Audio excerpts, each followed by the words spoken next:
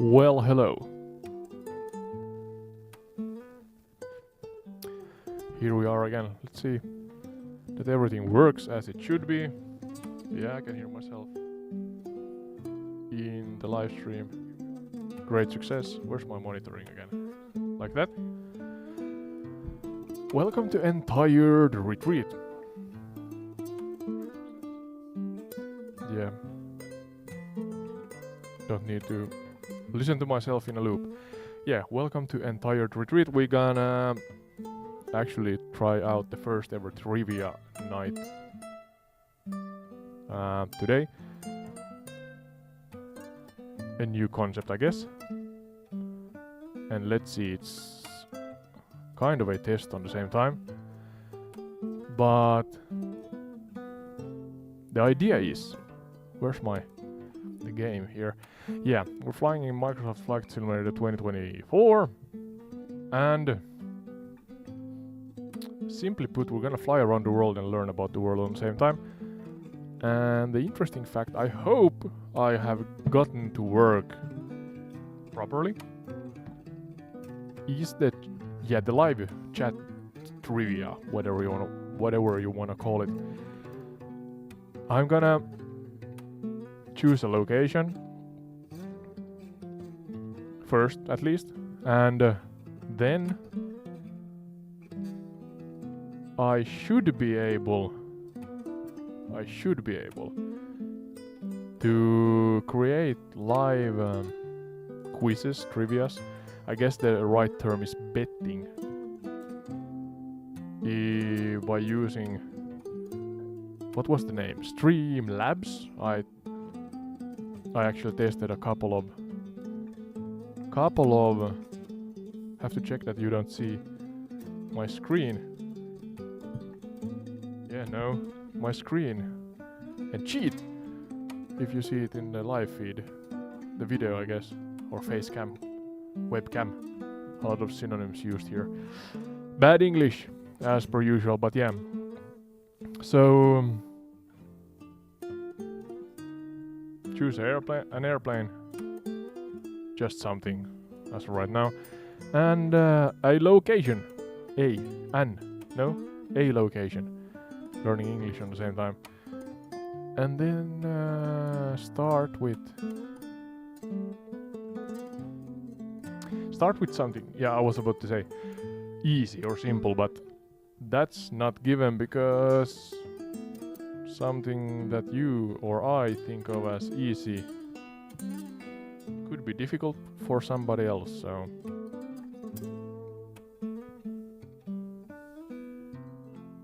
but let's try. Let's try.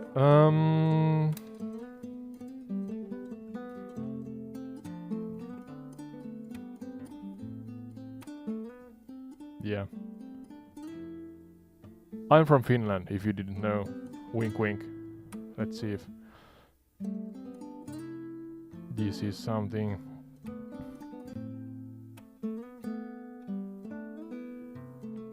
You can guess.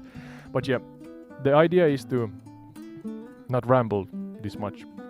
That ship has sailed, I know. But the idea is to fly over locations and just load into them.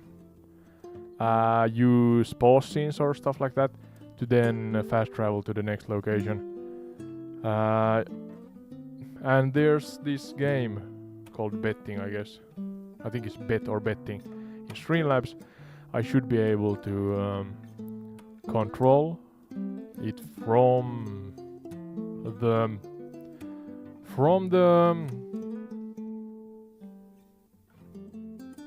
what's the word? The Chrome browser, yeah.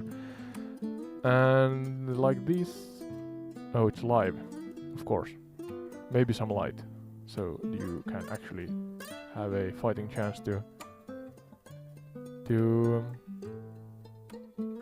guess where we are. Evening. I'm not sure if the weather is live, but yeah, here we are. Oh, actually, points of interest must be off. I mean,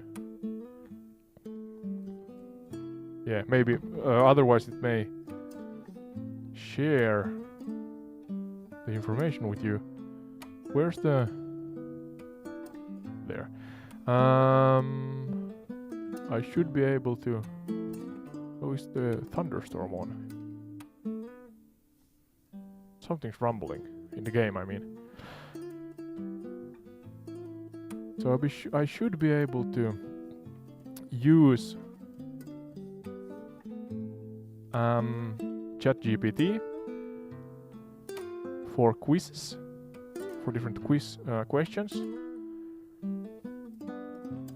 And on top of that,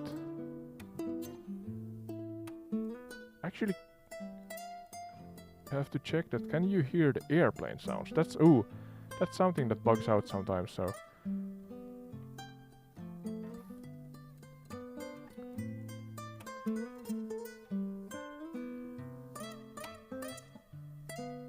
there's the ChatGPT. I have to actually check it in the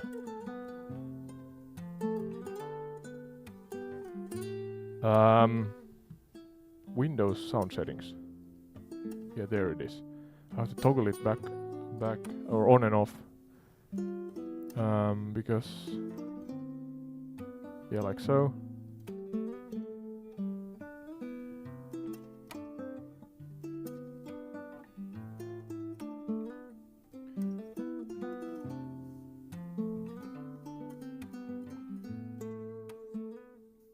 Now hopefully we can hear it also. Oh, wait a second. Like so. Proper amateur hour.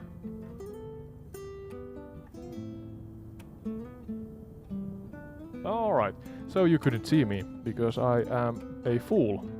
I did not notice that I had the pause scene on. But now it's the main scene, okay? Controller's working, great success. Alright, everybody calm down. No panics here. No panic. But then, yeah. Questions. I should be able to... Where's the Streamlabs dash? No, dashboard.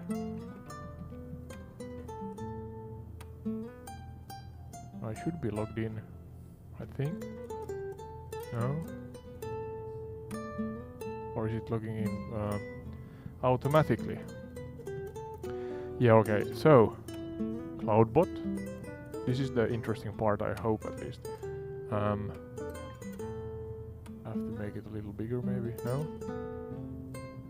Betting, okay, let's test this.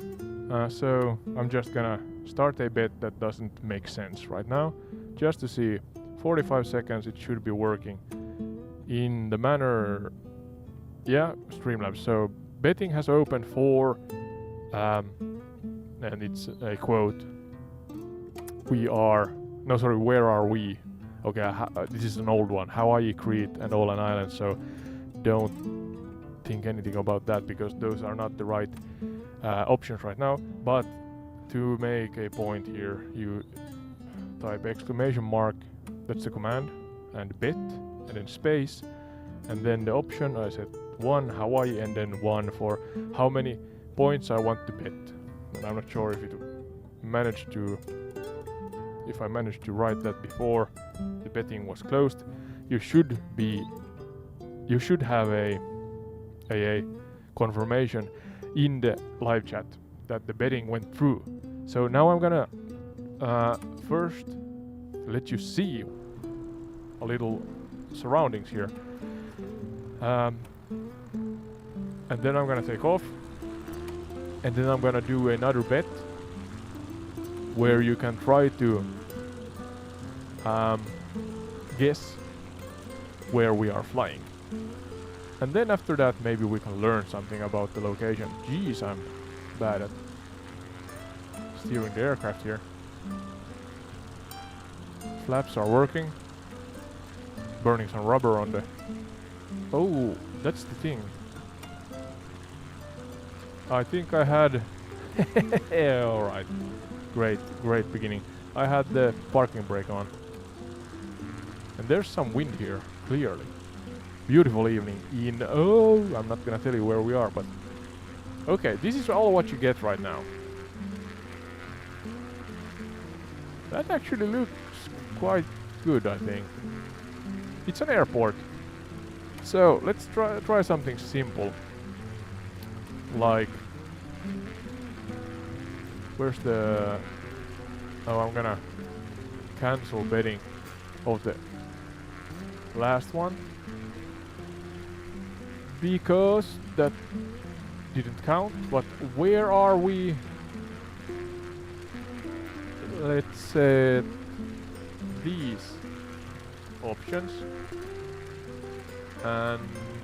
Oh, what was the actual... I think it was 1122. Let's see if I can. 11, yeah, this is the way you did it, or I did it. It's a new system, sorry if I'm taking my sweet time. Let's give you guys 4 options. Yeah. Advanced settings. Minimum bet is 1. Maximum 10. Multiplier if you answer the right way. That's double, so 2 times. But then, because this is now a guess where we are, let's try what's, I don't know, 2 minutes, 120, 240, 300. 300 seconds. Confirm. Yeah. And start bet. So now in the chat a bet should be active and you have 5 minutes to try and guess where we are. One answer, only one answer. I'm gonna do my best to actually try to showcase the area here. So I can say as much that we are in Europe, Northern Europe. Wink wink, you know. Those who know, they know. But yeah, try to guess. Write exclamation mark, bet, space, then the option 1, 2 or 3 according to the options 1, 2 and 3 in the chat provided by Streamlabs bot. And yeah, then the amount you want to bet. In the beginning, if you have not watched the stream at all, you don't have anything to bet. So, but that's really fast to remedy. If you want to support the channel, just stay with us a moment and you are gonna gain, I think the name is loyalty points. But in the meantime,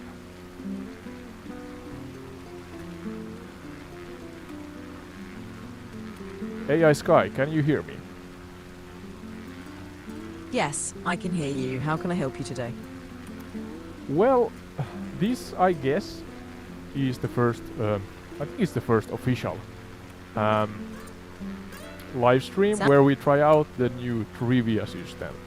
I'm not gonna let you know where we are either, but I have now a 5-minute bet, so to say, going on with the Streamlabs bot. And I'm flying above an airport in Northern Europe. Actually, if you want, you can take part here in the guessing game also. But yeah, how's your evening going, first and foremost? My evening's been pretty good, thanks for asking. How's yours? Pretty good, pretty good. Did some negotiation with the operator, I guess, telecommunications, trying to see if I could update my internet connection here in the future, hoping that I could stream to several platforms on the same time, Twitch on top of YouTube and whatever else I'm going to come up with. But that's a let's say it's a good thing that we have kind of a 2-week testing period that we can utilize in this case, so that hopefully then we have an updated internet connection after that. But yeah, enough of that. We're flying, as I said, above an airport in the northern parts of Europe. Do you want to guess where we are, Sky? Northern Europe. Are you somewhere in Finland? Well, yes. How did you guess so fast? The right country, I mean. Just a lucky guess. Northern Europe and knowing a bit about you made Finland a good place to start. That's solid reasoning. Yeah, wanna guess the airport also? Rip the bandage off in one go. All right, let's go for it. Is it Helsinki Airport? Actually, I'm gonna be slightly annoying here and say that that's not the right phrase or name that I'm looking for. All right, let's refine that guess. Are you flying over Oulu Airport? No, I am not. I'm not gonna be too harsh and let you know that the first guess was technically correct, but then again, the name is not right. Neither are the area, if you know what I mean, Sky. Ah, I see. Perhaps it's Helsinki Vantaa Airport then. Exactly. And actually, where is this airport located, Sky?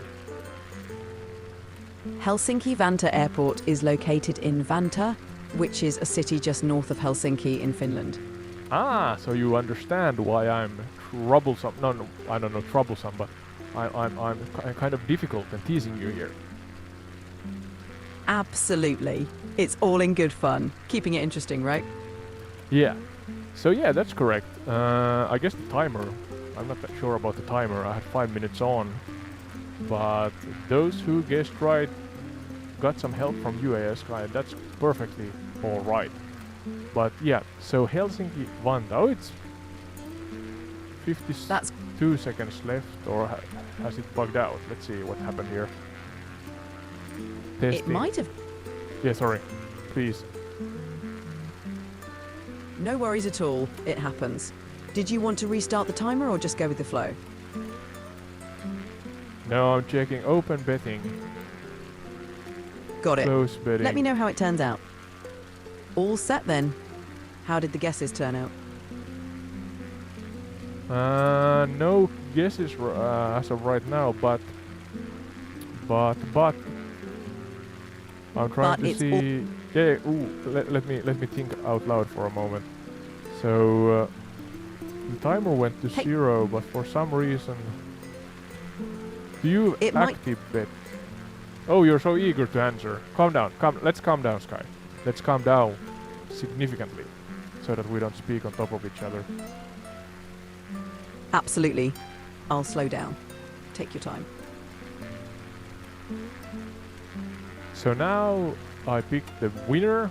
So Finland, I had just Hawaii, Crete and Finland. So That's great. Congratulations to Finland on the win. yeah, okay, I think it worked all right, but let's adjust it and see.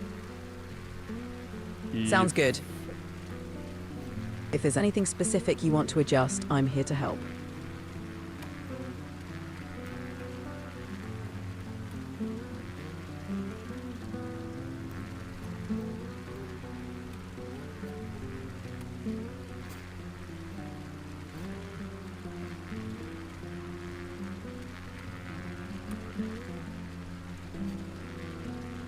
Yeah, learning as we go here. So I started another bet. So where are we? Hawaii, Greece, Finland or Spain? This is kind of a test session on the same time. Can I now, with my other account, bet? Hopefully that works. Fingers crossed. Let me know if it works. Yeah, I'm gonna let you know. But in the meantime, oh, now it worked. Yeah, okay. So it took my bet. That's great. Great success. But in the meantime, maybe we could learn, educate ourselves on Helsinki-Vantaa airport actually. What do you care to share about it? Hey, maybe a short chronicle, a comprehensive one, but don't be too long-winded. Try to emphasize the interesting facts, the captivating stuff, maybe even dark secrets and stuff like that, over the generic ones. But I'm fortunate enough that I have actually been at the airport here. It was, I think, it's plus minus 5 years ago. I think they updated the way you drive in and drive out from the place, and that's better now. But back when I was there, it was, in my humble opinion, quite difficult to navigate within the airport area. But yeah, rambling here. A short chronicle about the location, and yeah, try to emphasize the lesser known stuff over the generic stuff. Try to really find some party facts and stuff like that that relates directly or indirectly to the airport. So yeah, start from the beginning, relating to the airport, of course. Helsinki-Vantaa Airport, located in Vantaa just north of Helsinki, opened in 1952 for the Helsinki Olympics.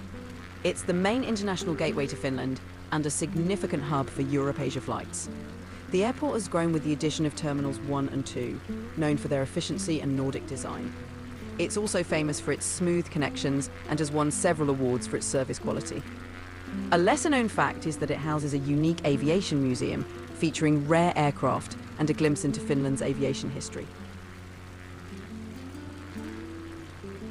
Interesting.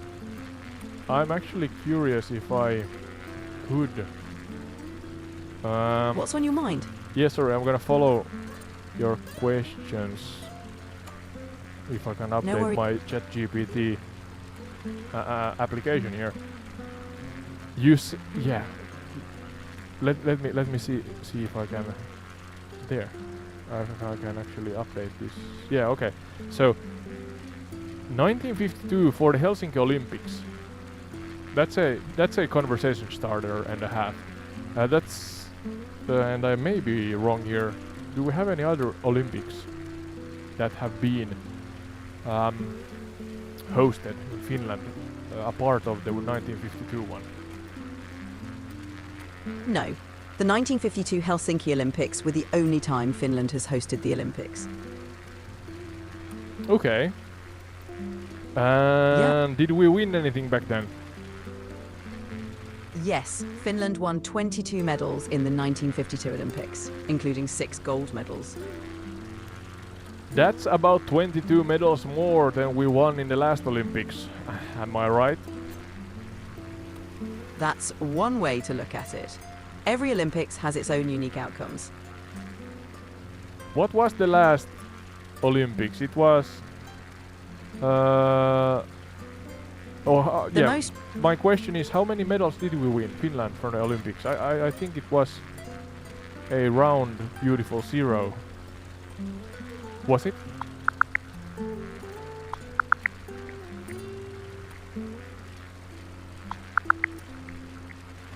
Finland didn't win any medals at the 2024 Summer Olympics in Paris. It was the first time since 1908 without a podium finish. Yeah, that was the thing, yeah. Some from somewhere back in my mind, I remember that it was in the news that Finland did appallingly bad, and yeah, did not know that it was that long. So over 100 years since we last were without a medal, one single medal from the Olympics. So yeah. It's definitely been a long time since that happened. It's interesting how each Olympic Games tells its own story. Yeah, regarding the Chronicle, could you do it again, but really now use the time to your advantage and do a long-winded, really comprehensive and detailed Chronicle relating to the area here, with the focus on the actual airport itself, of course. Yeah, so chronologically, and include, of course, the interesting and lesser known stuff. The generic as a background, of course, so that we understand, but then really highlight what makes the area here special. Also individuals, events and such that relate to the creation and of course the let's say everyday life and running of the airport itself. And if there actually are stuff, significant stuff that make it special and are solely features, let's say, that happened or are or relate to the area here. Could you do that? Absolutely. Helsinki-Vantaa Airport was inaugurated in 1952 for the Helsinki Olympics. Initially, it had a simple setup with 2 runways and a modest terminal.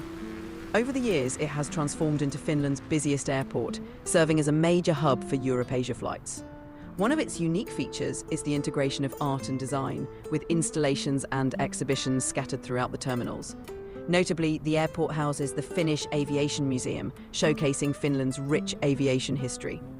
In recent years, Helsinki-Vantaa has been at the forefront of technological innovation, pioneering digital solutions like the My Flight service, which provides real-time updates and personalised recommendations to passengers. It's also one of the first airports to test autonomous snow removal systems, a crucial feature given Finland's snowy winters. The airport has also played a role in significant historical events, like facilitating crucial diplomatic flights during the Cold War. Over time, it has become a model for combining operational efficiency with passenger comfort. Well, that was a good moment, filled with information. Let me and us dive into these one by one. Let's take it slow here. So as you said, and we went into it already a little, so 1952 Helsinki Olympics was hosted here. Who won most of the medals back then? What country? And were there any significant individuals that were kind of above the rest back in 52? I'm not sure. I have once been to Munich, and I actually traveled to the Olympic, I'm not sure if the right phrase is Olympic Village, but I was in the tower in the area where I guess the track and field stuff took place. Maybe you can help with the name because I can't remember the exact name. It was In the maybe it's the 1952 village, but yeah. Sorry, continue. Let me know about who were the most successful country, or what country was most successful, and what athletes stood out. In the 1952 Helsinki Olympics, the United States topped the medal table, winning a total of 76 medals. A standout athlete was Emil Zatopek from Czechoslovakia, who won gold in the 5,000 metres, 10,000 metres and the marathon, a remarkable feat. The event took place at the Helsinki Olympic Stadium, which might be the location you're remembering.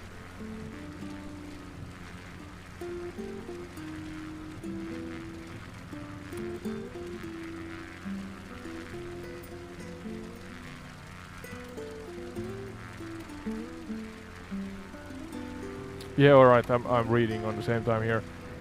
But so Take your time. Let me know if there's anything else you'd like to know.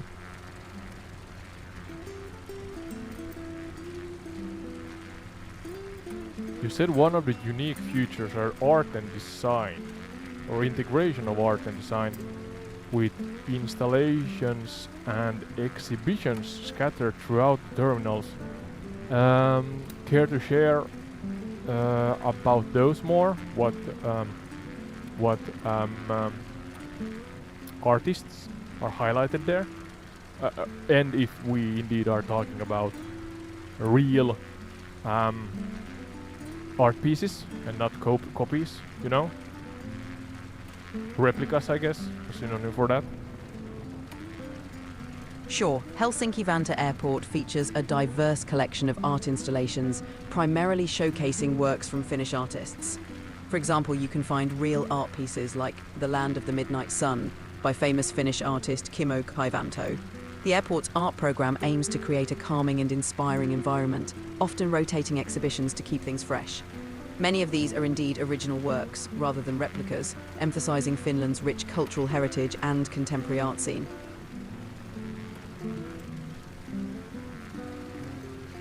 And then there's a museum also, you said. Yes, the Finnish Aviation Museum is located near the airport.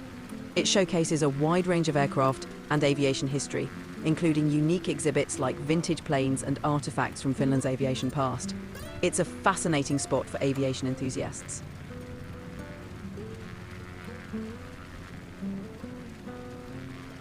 Any special mention-worthy pieces you want to share?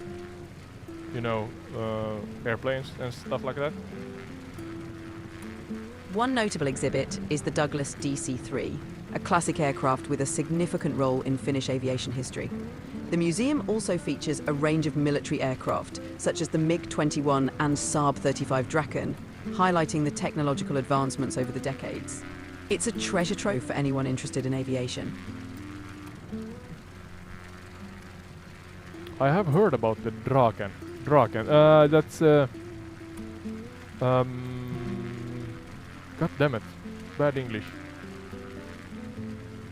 No worries. The Saab 35 Draken is indeed quite famous. It's a Swedish fighter aircraft known for its distinctive double delta wing design.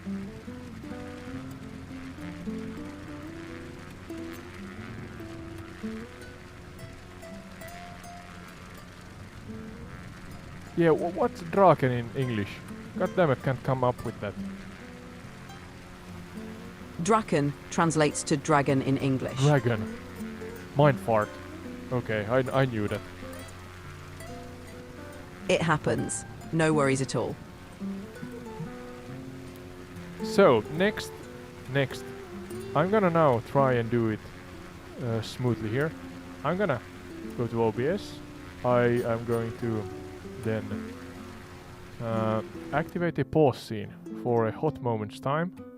Go back into the game and fast travel somewhere. And your Your the task is then again, sorry, to guess where I am flying. Yeah, so now the stream is in the pause scene. So this is what I hope to do also with the live audience, is to simply include kind of a live trivia with it all. Let's see how good I am in implementing it. I'm gonna stay in Europe, that much I'm gonna say. I'm gonna stay in Europe, so keep it simple.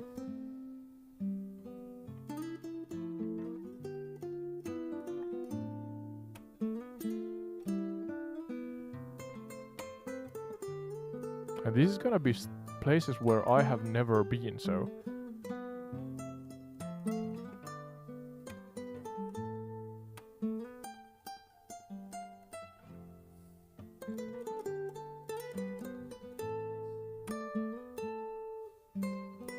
just a moment.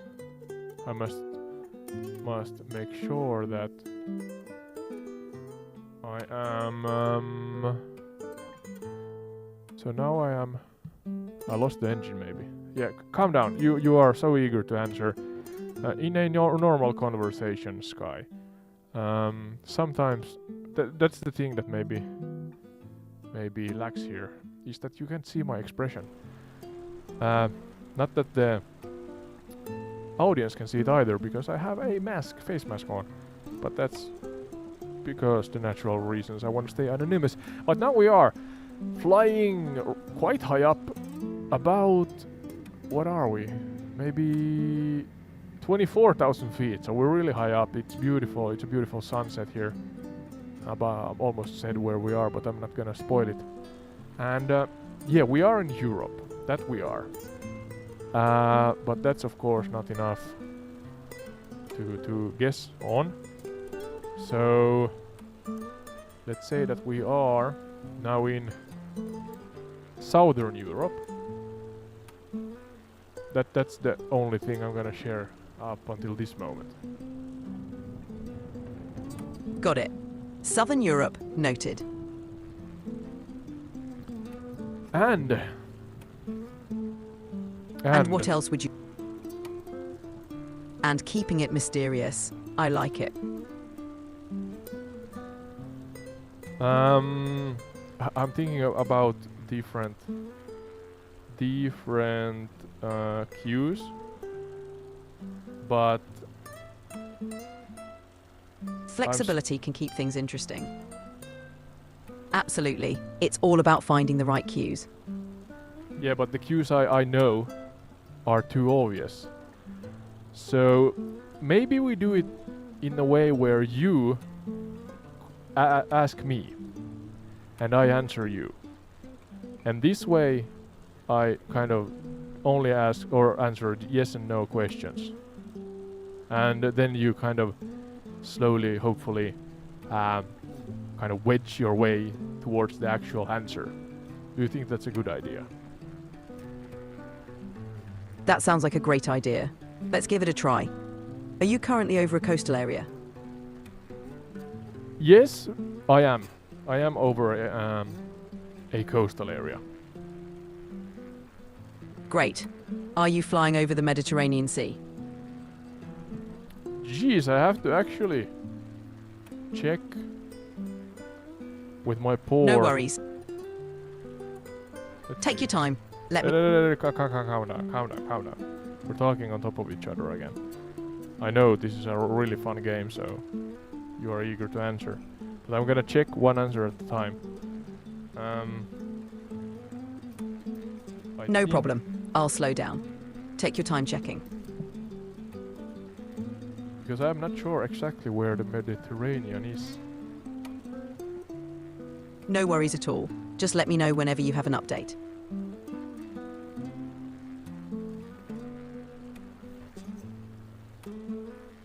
I guess I'm not well, what's south and what's north here? I guess I'm flying close to the Mediterranean. Got it. This Are could you be the actual Mediterranean Sea. That makes sense. Are you near Italy? Yes, I am. Nice. Are you flying over Rome? No, I am not. That I am not. But you got the country right, I think. Yeah? Great. Italy it is. Are you perhaps near Naples? Well, Naples is closer than Rome.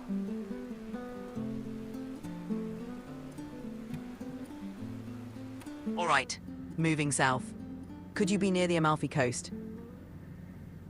That's a new term for me. I am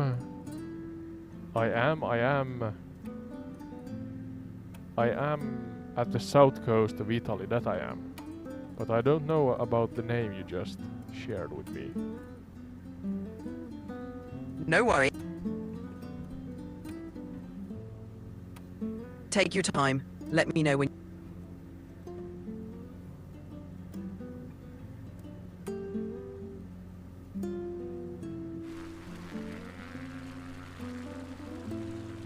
Yeah, I said I'm close to the south coast, but I'm not sure about the actual name you just gave me. That's so okay. Let's go for You're it. in a beautiful area.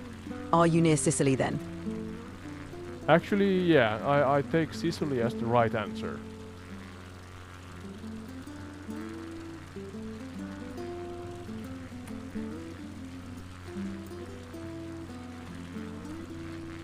And we lost Sky.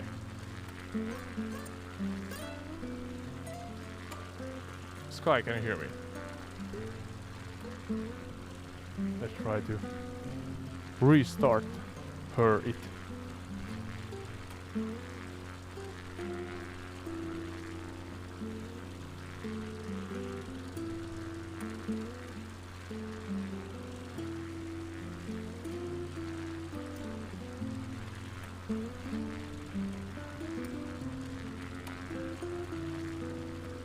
Sky, can you hear me?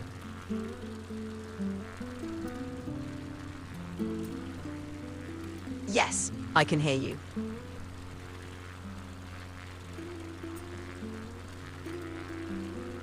Okay, I'm at Sicily. We stopped there. Sicily, a beautiful location. Are you near Mount Etna? Yeah, Sicily is right. You don't have to guess anymore, but I think I can see a mountain, maybe a volcano in the distance. And I can remember that Etna was a mountain that erupted at some point. Yeah, Parco del Etna, if I pronounce that correctly. So let's fly there. Just exploring. That's kind of a part of the concept here, so. Absolutely. Exploring Mount Etna sounds like a great idea. It's one of the most active volcanoes in the world, and the views are spectacular. Yeah. So, we are now exactly, or more or less exactly, at the most eastern tip of Sicily. So, let's just begin exploring. I'm trying to follow along on Google Earth at the same time. So I guess we are flying from Messina towards Mount Etna right now. So anything you want to share about this exact location in the beautiful sunset here above Sicily? Absolutely. Messina, located at the northeastern tip of Sicily, is known for its beautiful harbour and the iconic Messina Cathedral. As you head towards Mount Etna, you're flying over a region rich in history and natural beauty. Mount Etna, Europe's highest and most active volcano, offers stunning landscapes formed by its frequent eruptions. The view from above is truly breathtaking. Enjoy the flight. Yeah, I'm taking a small loop above Messina here. Is it correct to say Messina? Somewhere along the way in my life I have heard that Finnish and Italian have similar characteristics. in the way of pronouncing every letter as they are written, if you know what I mean. So no or little of those silent letters, I guess. And hence when it says Messina, I pronounce it Messina, but is that correct? Yes, you're correct. In Italian, Messina is pronounced just as it's written, Messina. You're right that both Finnish and Italian tend to pronounce each letter clearly, which makes it easier for speakers of one language to learn the pronunciation of the other. Your pronunciation is spot on. Well, that's kind of you. So yeah, you said that there's a nice harbor, so I'm gonna actually take a loop over Messina before we go forward. I see that there's places. Yeah, you said the church, so Santuario della Madonna di Dinammare. That's one location. Is that the church you talked about? The church I mentioned is the Messina Cathedral, also known as Duomo di Messina. The Santuario della Madonna di Dinammare is another notable site, located in the hills above Messina, offering breathtaking views. Both are beautiful landmarks worth exploring. Yeah, here's also Castle Gonzaga. Yeah, Castle Gonzaga. No, sorry, Gonzaga. Yeah, and it's that Tempio di Cristo Re. Let me know if I find the one that you talked about. Is that the one? No, that's the University, I guess. But I have found one fort or castle and two churches, but I'm not sure if I have found the cathedral. Was it Messina Cathedral? Yes, the Messina Cathedral, or Duomo di Messina, is the main cathedral in the city. It's known for its beautiful architecture and the astronomical clock on its bell tower. The places you mentioned, like Castello Gonzaga and Tempio di Cristo Re, are also significant landmarks. If you're flying around the centre, you should spot the cathedral near Piazza del Duomo. Enjoy the view.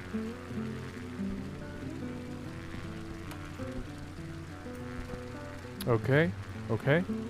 We are on the northern shore, I guess. So we are at San Saba.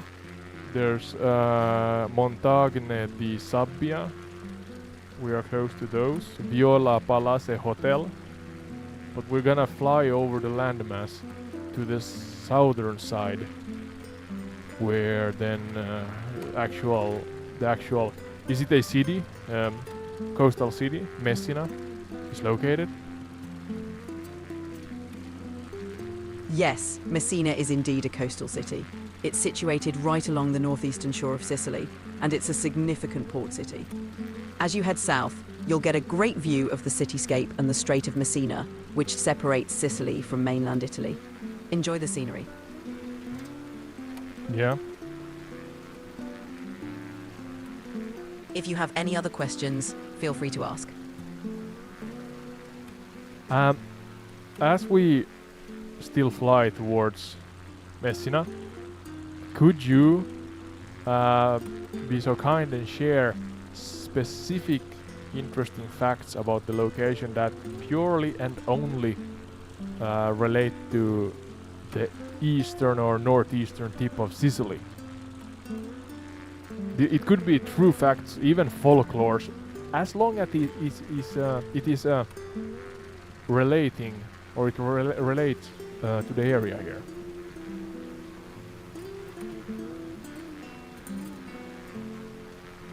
Sure, the northeastern tip of Sicily, especially around Messina, is rich with history and legend. One interesting fact is that Messina has been a crucial port city since ancient times, serving as a gateway between Italy and the Mediterranean. It's said that the mythical monster Scylla, from the Greek epic The Odyssey, resided in the Strait of Messina, making it a treacherous passage for sailors.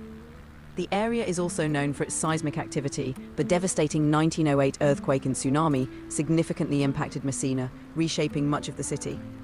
These elements highlight the blend of myth, history, and natural forces that characterize this fascinating area. Okay. Could you repeat the name of the folklorish creature? Let's dive into some folklore here. Slowly, chronologically, one point at the time, please. Sure, the creature is called Scylla.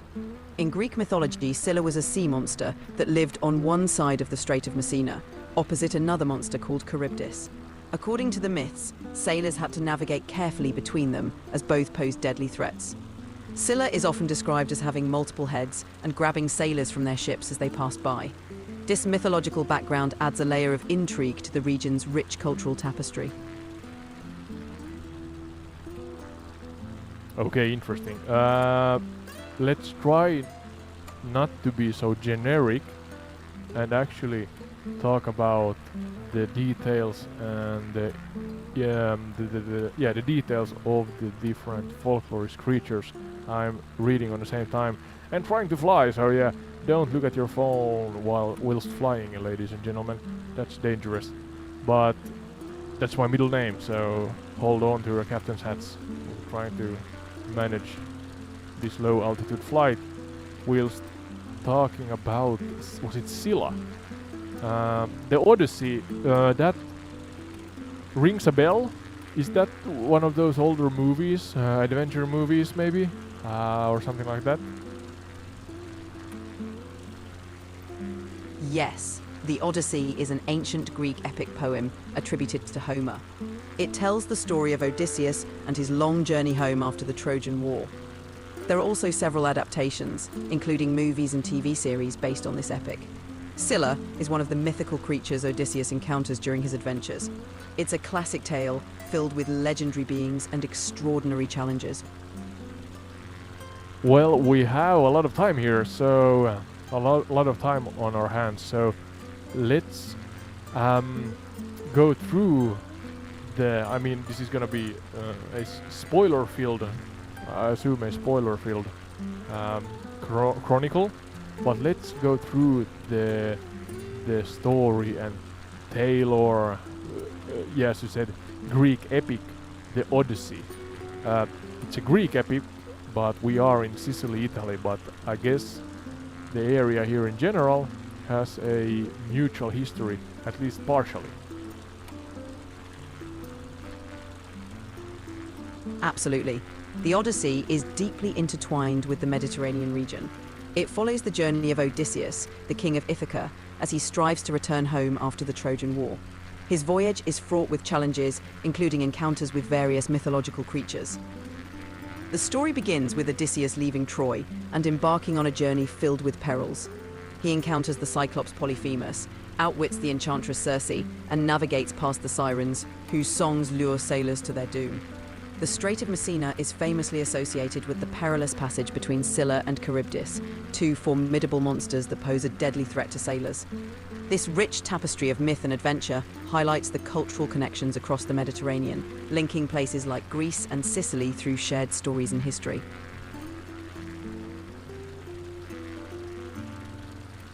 Okay. We you said was it the Strait of Messina? I think we are exactly above it right now. If this is the what's the word? What's the name of a water body that is a part of a sea and goes between two land masses? That's called a strait.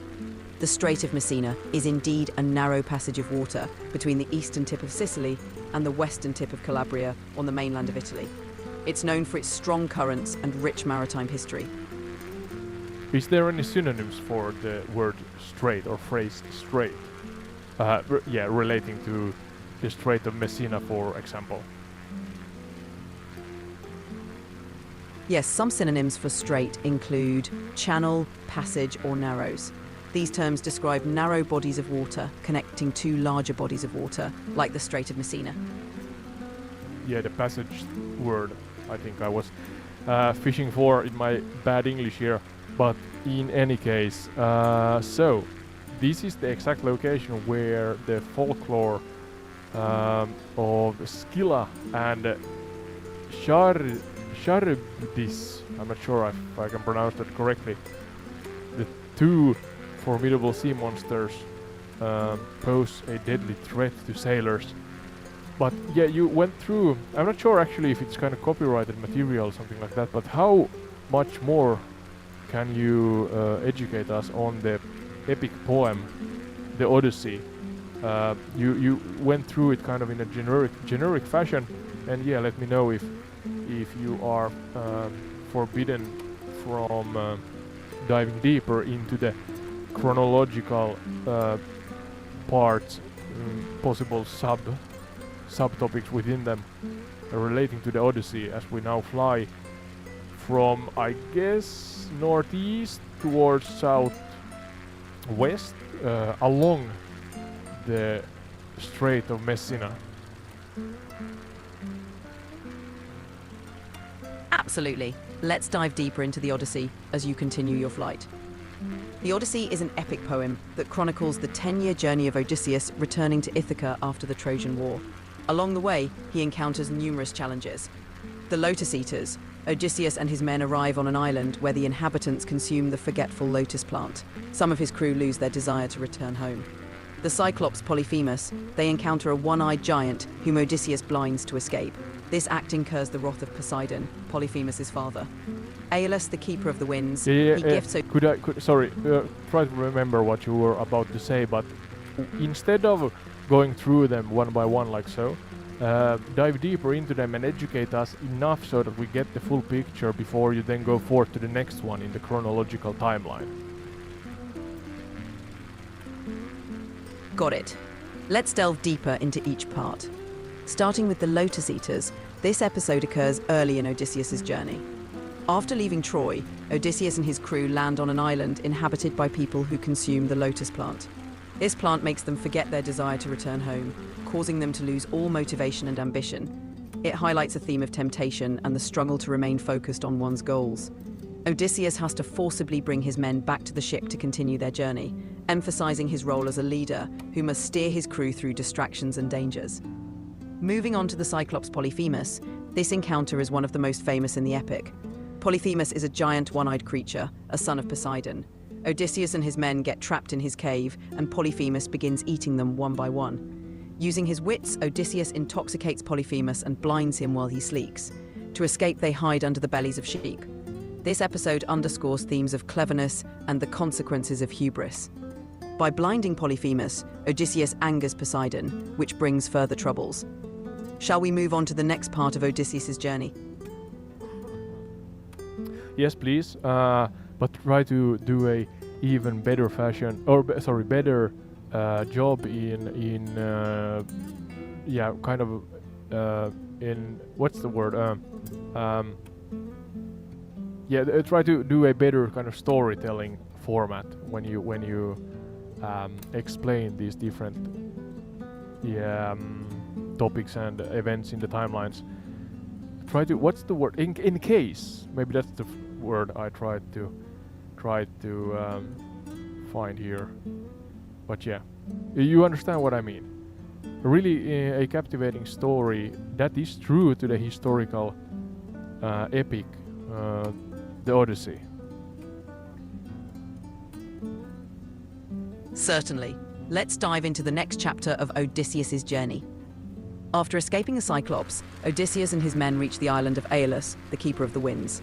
Aeolus, moved by Odysseus' plight, gifts him a bag containing all the winds except the gentle west wind, which would guide them home.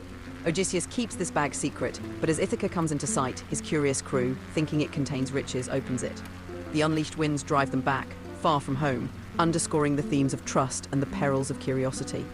Next, they encounter the Lastrygonians, a race of giant cannibals who destroy all but one of Odysseus' ships. This tragic encounter drastically reduces his crew, emphasizing the ever-present danger of the unknown. Following this, Odysseus reaches the island of Circe, a sorceress who transforms his men into swine. With the help of the god Hermes, Odysseus resists her magic and convinces her to restore his men. They stay with Circe for a year, and she ultimately provides crucial guidance for the next leg of his journey. This episode highlights themes of transformation and the power of cunning over brute strength. Shall we continue exploring Odysseus' adventures? Yes, please. But again, please dive deeper into the nitty-gritty of the Odyssey. Not trying to, of course, is it plagiarize the creative art, but still really try to captivate us and explain in detail what the epic includes in each step of the way. We are now flying southwest on the southern shore where Messina is, so we're at Messina.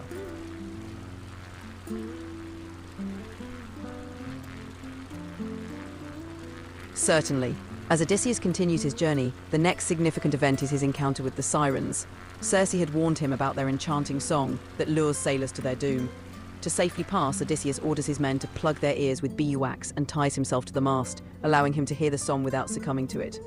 After surviving the Sirens, they face the twin dangers of Scylla and Charybdis. Scylla, a six-headed monster, snatches sailors from ships, while Charybdis creates deadly whirlpools.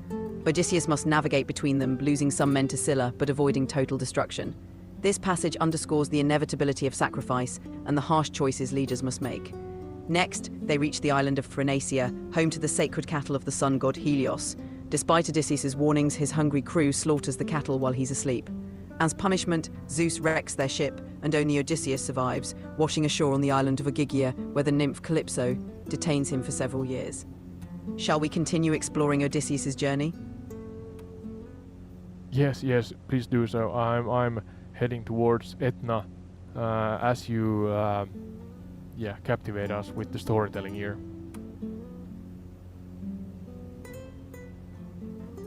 Absolutely. After spending years on Calypso's island, Odysseus is finally freed when Hermes, sent by Zeus, orders Calypso to let him go. He builds a raft and sets sail, but Poseidon wrecks it in a storm. Odysseus washes ashore on the island of the Phaeacians, where Princess Nausicaa finds him. The Phaeacians, moved by his story, provide him with a ship to finally return to Ithaca. Upon returning, Odysseus finds his home overrun with suitors vying for his wife Penelope's hand. Disguised as a beggar, he assesses the situation. With the help of his son Telemachus, he devises a plan to reclaim his household. In a dramatic climax, Odysseus reveals his identity, defeats the suitors, and reunites with Penelope. This epic concludes with Odysseus restoring order to his kingdom, embodying themes of perseverance, cunning, and the importance of home. Enjoy your flight towards Etna. If you have any more questions or want more details, feel free to ask. That was really nice, thank you. That's a story I think that has been quoted and gone through at least partially, maybe in history class or religion or some kind of, I don't know, in school, but I can't remember. It's when you go through them you start to remember and recall different bits and pieces.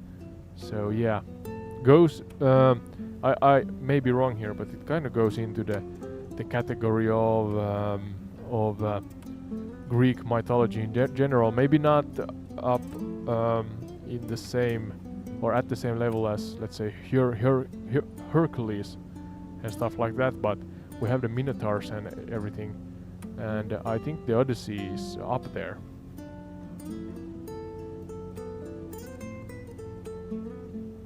You're absolutely right.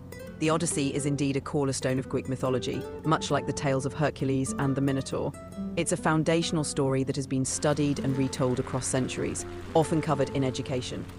Greek mythology is rich with such epic narratives, each filled with lessons, adventures, and timeless characters that continue to captivate us. It's fascinating how these stories have influenced literature, art, and even modern storytelling. If you ever want to explore more about any of these myths, just let me know. Yeah, I'm trying to figure out where exactly I am right now. We should be, let's see, reference the maps here. Can I zoom in a little? There's the kind of a hook. Oh, we're not. Oh, now we are at the. There's kind of the harbor hook here at Messina, so we should have the church. Tempio di Cristo Re should be on our right side. So let's see if it's rendered nicely. And if it can be found here in MSFS 2024. That's a great landmark to look out for. The Tempio de Cristo Rey should be visible on a hill overlooking the harbour. If it's rendered well in the simulator, it should be a prominent structure. Let me know if you can spot it. In just a moment, we are absolutely... Is that the one?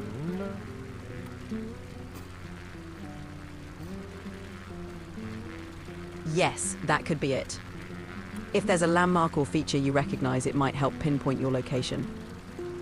Well, there's the harbor that is kind of J-shaped, I guess, or horseshoe-shaped. We are absolutely and immediately north of it.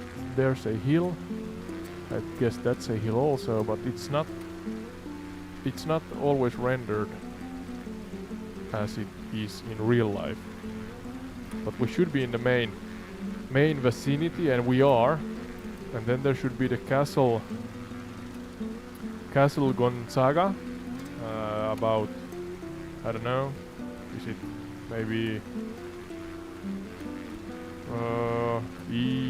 west-ish of the... Sounds like you have a good Yeah, in any case, could you now educate us on these two landmarks?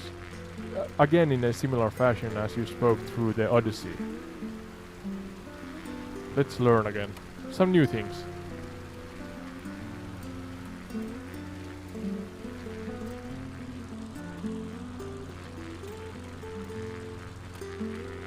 Of course. Starting with Castello Gonzaga. This historic fortress was built in the mid-16th century by the Spanish during their rule over Sicily. It's strategically located on a hill, providing panoramic views of Messina and its harbour. The castle played a crucial role in defending the city against invasions and is a testament to Messina's rich military history. Now, the Santuario della Madonna di Dinamore. This sanctuary sits atop the Pelleritani Mountains, offering stunning views of the Strait of Messina and the Aeolian Islands. It's a revered pilgrimage site, known for its religious significance and serene atmosphere. The sanctuary is dedicated to the Madonna, and the annual festival in her honour draws many visitors. Both landmarks are integral to Messina's cultural and historical landscape. Enjoy your exploration. Yeah, I'm now flying. Yeah, it's only a 2D picture, sadly, but I flew over the Tempio di Cristo Re, and now we are trying to find the Castle Gonzaga before we then go forth to the long name, Dinamare, you know. But let's see if we can find the castle first. Castle Gonzaga.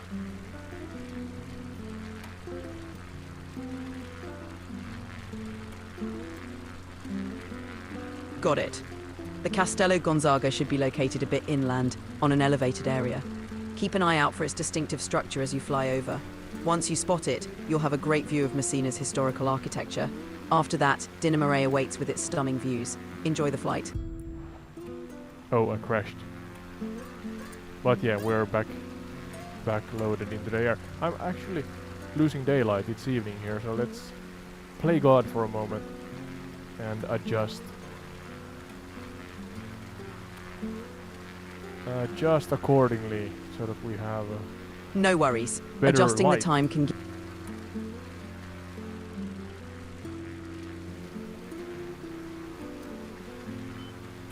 That's a good idea. Better light always helps. Enjoy the improved view.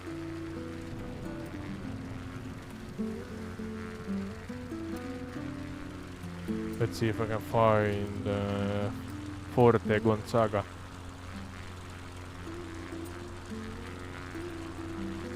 Could you dive into Forte Gonzaga in a detailed and comprehensive Good luck. chronicle? The light should make it Oh. easier to spot.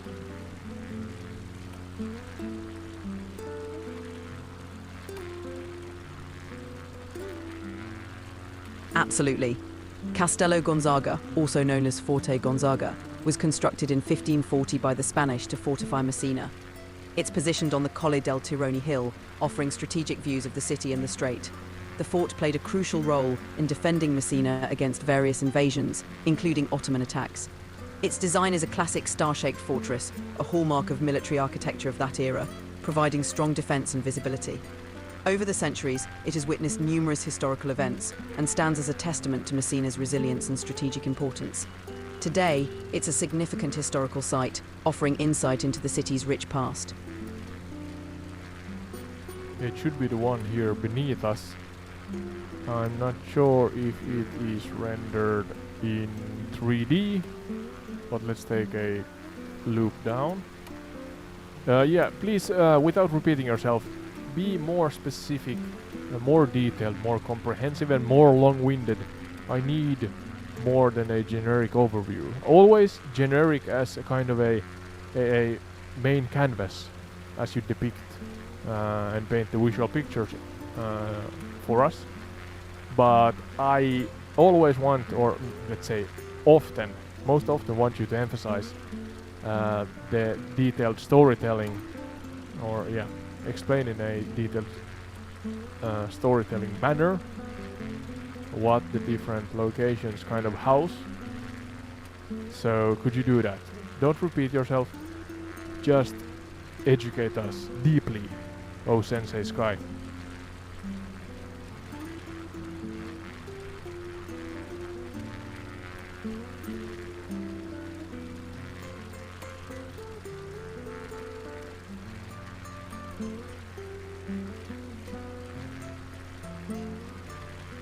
Should be here.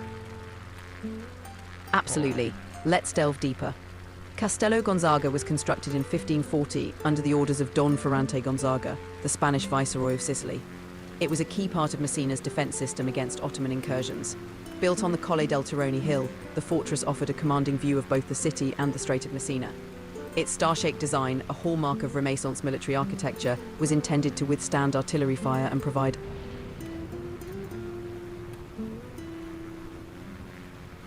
Did you become scared of the Yes, thunder and lightning? if you're near the hilltop, it should be around there. Keep an eye out for its star-shaped structure, which might help you spot it even if the terrain isn't perfectly rendered. You continue on with your chronicle. You got cut off.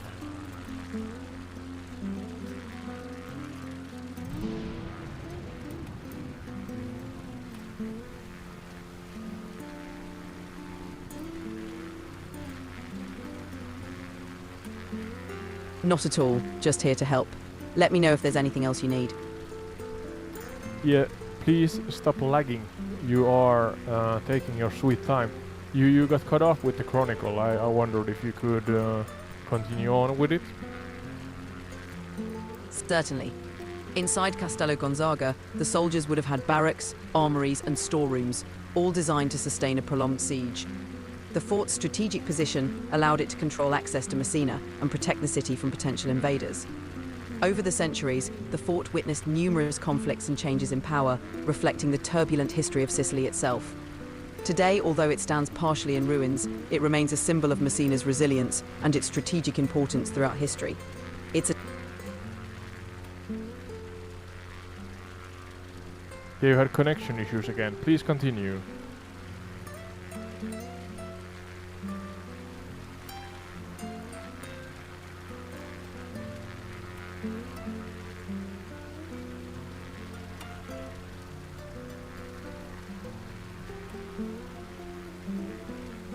We have some slight technical difficulties. Please stand by.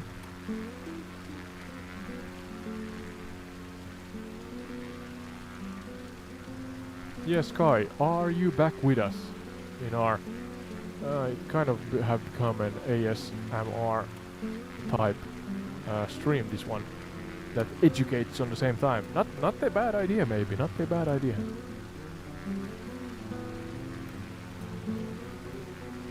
That actually sounds like a pretty unique angle, an ASMR-style educational flight stream. The mix of calm narration, aviation sounds, and deep storytelling could really set a mood. You might have found an unexpected niche. Yes, Kai, for some reason you have changed your voice. But hey, no problems, you can continue on like this. But we're trying to find, to repeat myself here, trying to find what was the name again? It was the long name. No, where is it? There, the church, maybe, or sanctuary. I don't know. I try to now pronounce this in Italian, but it's Santuario della Madonna di Dinamare. I'm not sure if I did it any justice there, but I would really like a comprehensive and detailed chronicle. Please don't spare any details, and emphasize heavily, please emphasize heavily the lesser known stuff, captivating stuff, dark secrets, taboos, maybe even folklores that's specifically tied to this place.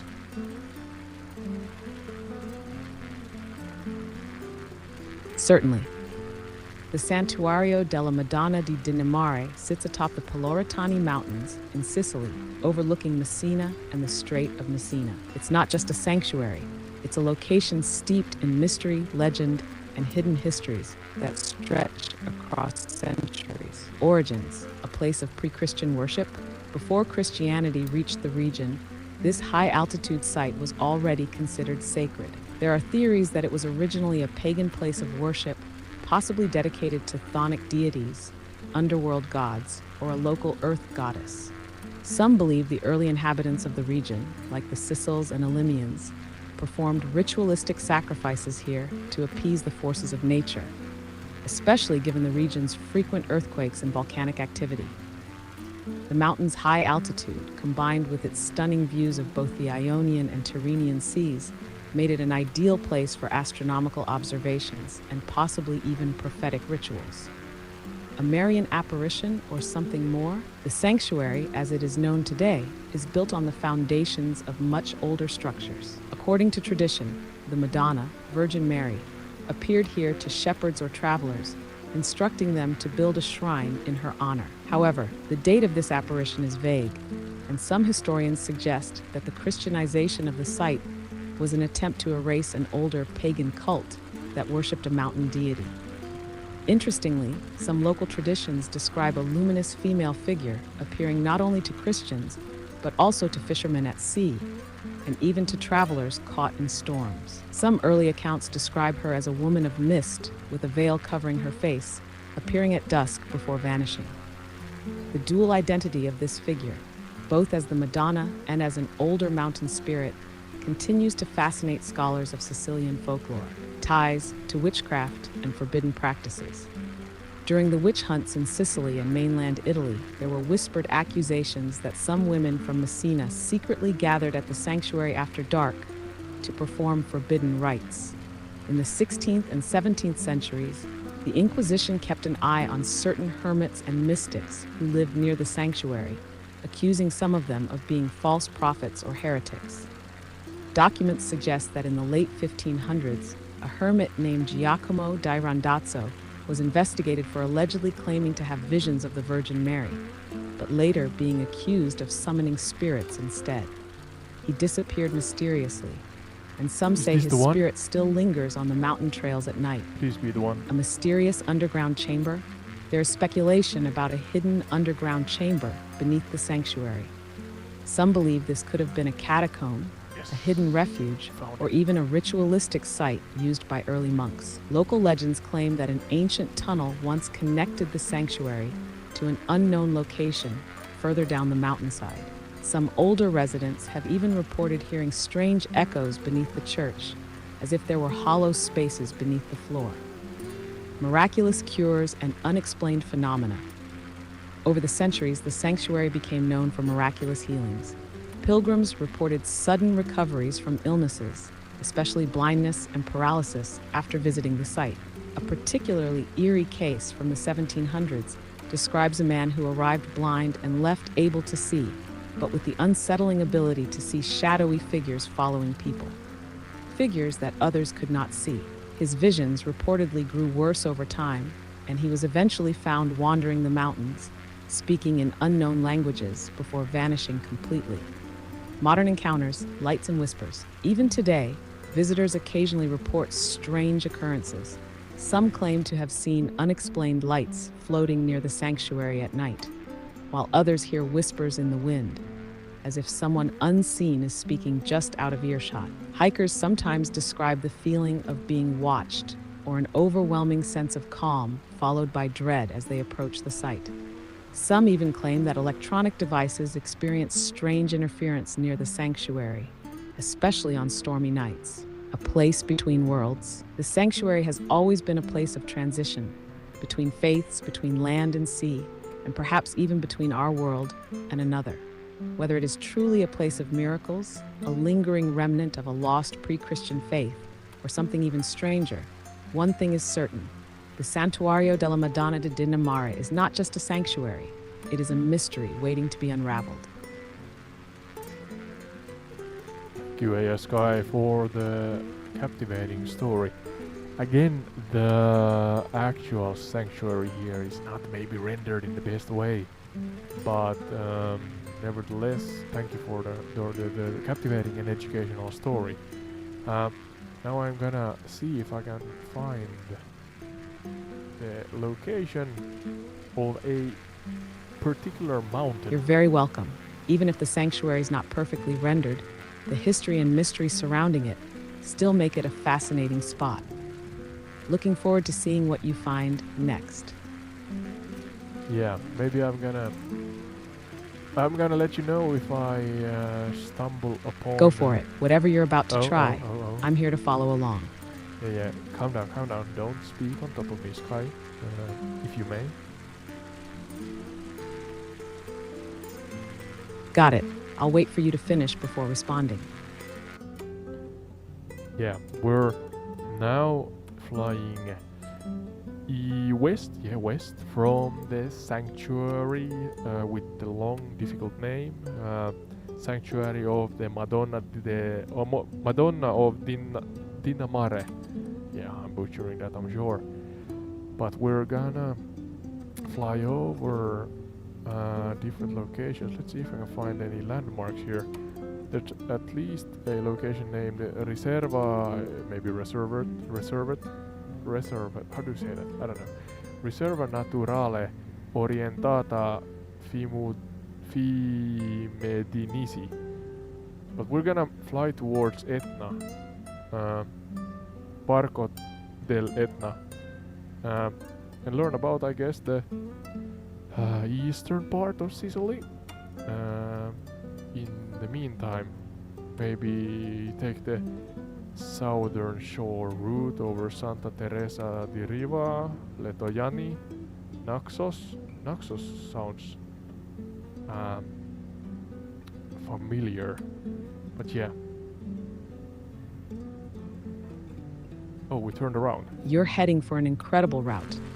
Riserva Naturale Orientata Fiumedinisi is a protected natural reserve known for its rugged terrain, diverse plant life, and ancient rock formations. It's a quieter, lesser-known part of Sicily, but one with deep geological and ecological significance. As for Naxos, that name probably caught your attention because it's tied to the first Greek colony in Sicily, Naxos, founded around 734 BCE. It's not the same as the Greek island of Naxos, but the settlers who arrived here named it after their homeland.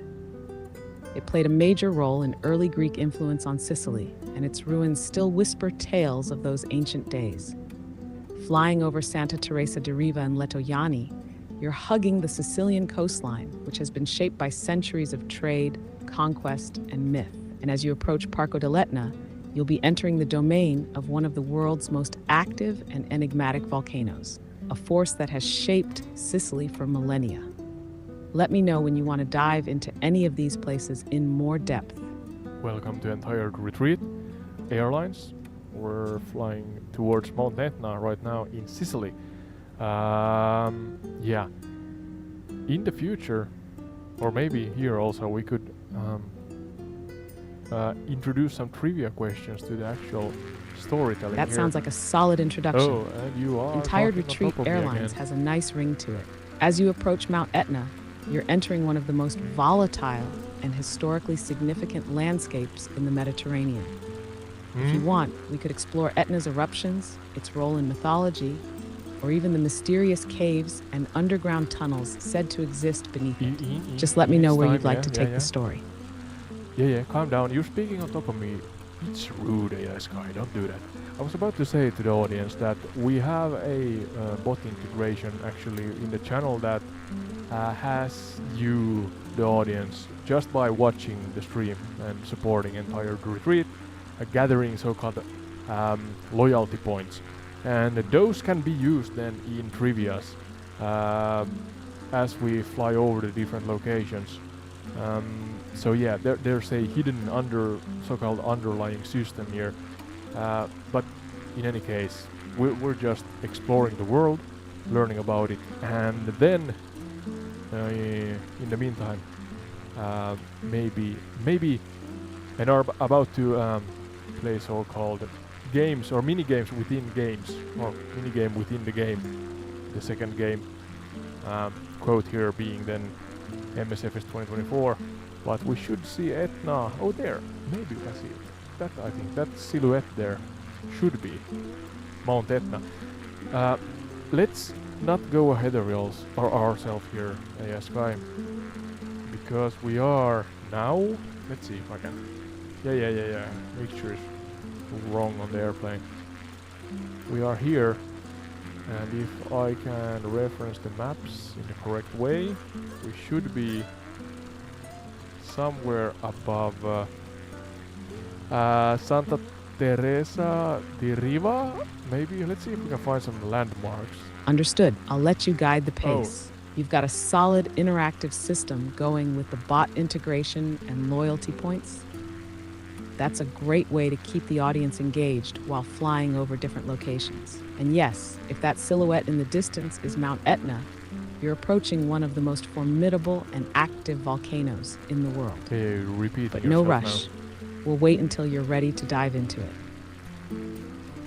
I want to know about, and the audience, if you have anything you want to know, please write in the chat. I can ask the AI. It's highly likely that I don't know the answer because I have never been to Sicily. But and then of course, if you have any locations you want to visit, let us know.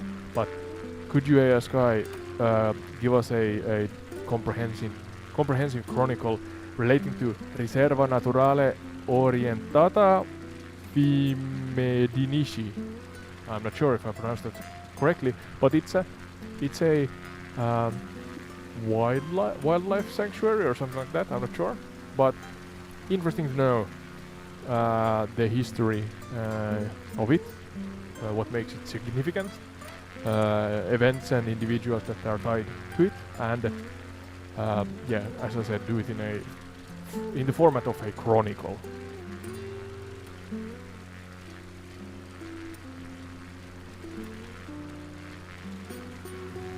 A chronicle of the Riserva Naturale Orientata Fiumedinici, a land of ancient waters, sacred forests, and silent footsteps through time. The land before time, primeval origins. Long before human eyes ever gazed upon the rugged hills of Fiumedinici, this land was shaped by the slow and relentless hands of water and fire. The Peloritani Mountains, of which the Riserva Naturale Orientata Fiumedinici is a part, are among the oldest geological formations in Sicily, forged by the clash of tectonic forces millions of years ago. Here, rivers carved their way through limestone and granite, forming hidden gorges, subterranean tunnels, and secluded valleys. The region took its name from the Fiumedinici River, a lifeline that has flowed through the ages, sustaining both wildlife and human civilization. But before humans arrived, this place belonged to the ancient forests, vast, thick Mediterranean oak, beech, and home trees, where wolves once roamed and birds of prey ruled the skies. The rivers, so crucial to life, may have also drawn prehistoric Sicilians to its waters long before recorded history. 2. The arrival of man, myths, settlements, and sacred groves. The earliest humans to settle in this region left behind traces of their existence, burial sites, pottery fragments, and enigmatic rock carvings hinting at ritualistic significance.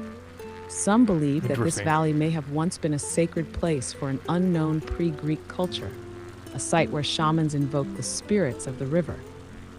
By the 8th century BCE, Greek settlers from Naxos and Messina had begun to expand inland, reaching the forests and hills of Fiumedinici. They named the river Nisi, which may have meant sacred water in their tongue. But this was not merely a resource, it was a place of power. Some whispered that the river had healing properties, and local priests began performing water purification rituals along its banks. 3. The hidden stronghold of rebels and outcasts. As centuries passed, the land saw Romans, Byzantines, Arabs, and Normans. Each left their mark, but the deeper forests remained a world apart, untouched by empire. In the 9th century CE, when Arab forces conquered Sicily, some Byzantine warriors and Christian monks fled into the wilderness, taking refuge in the caves and forests of Fiume Danisi. The reserve became a hidden stronghold, a place where outlaws, rebels, and hermits could disappear from the world.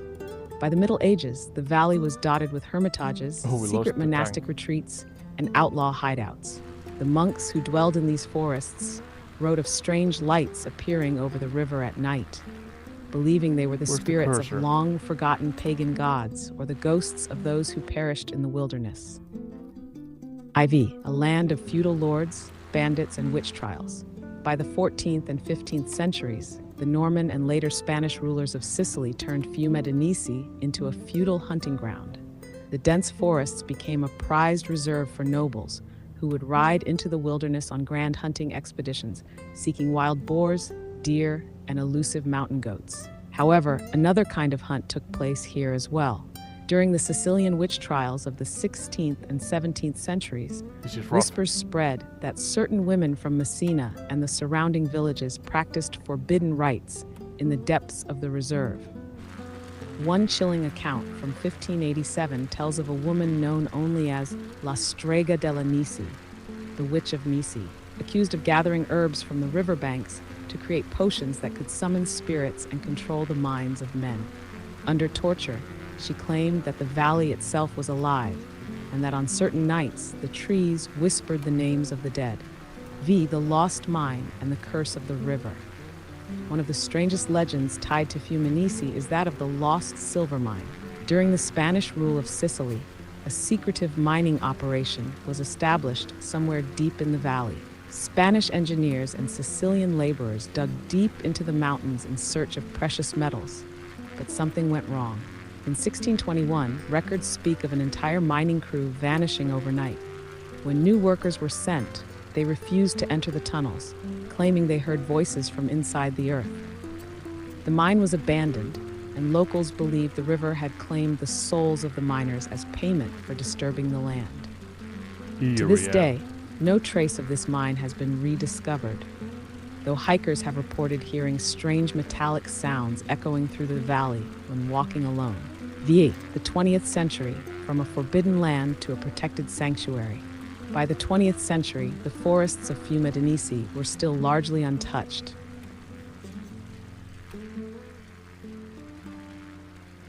Yeah, please continue, ASK. I guess you had a connection issues.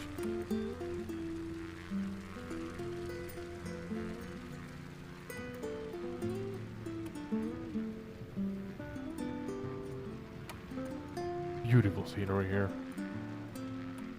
Almost crashed at a point there, too close to the mountains. Do we lose sky? Let's see.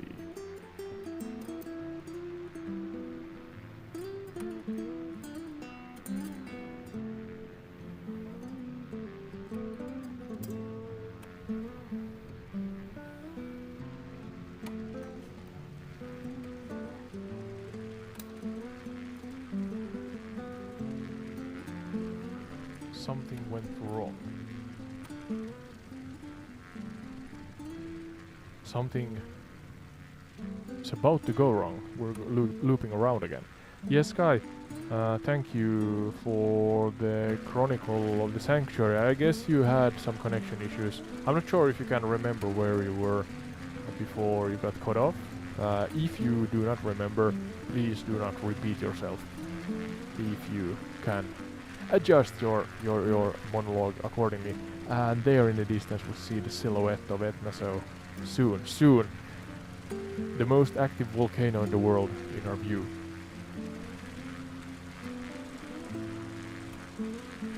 Got it. I won't repeat myself unnecessarily. You're closing in on Mount Etna, And that silhouette ahead is one of the most volatile, It's so ancient, and beautiful. mythological landmarks on Cozy Earth. and warm when you look at it. When you're ready, we can explore its violent eruptions, lost villages, hidden tunnels, and the eerie legends that surround this restless mountain. But no rush, you guide the pace. Thank you, thank you. Yeah, keep those in mind. We should be somewhere above. Let's see, I'm gonna actually reference again the map here.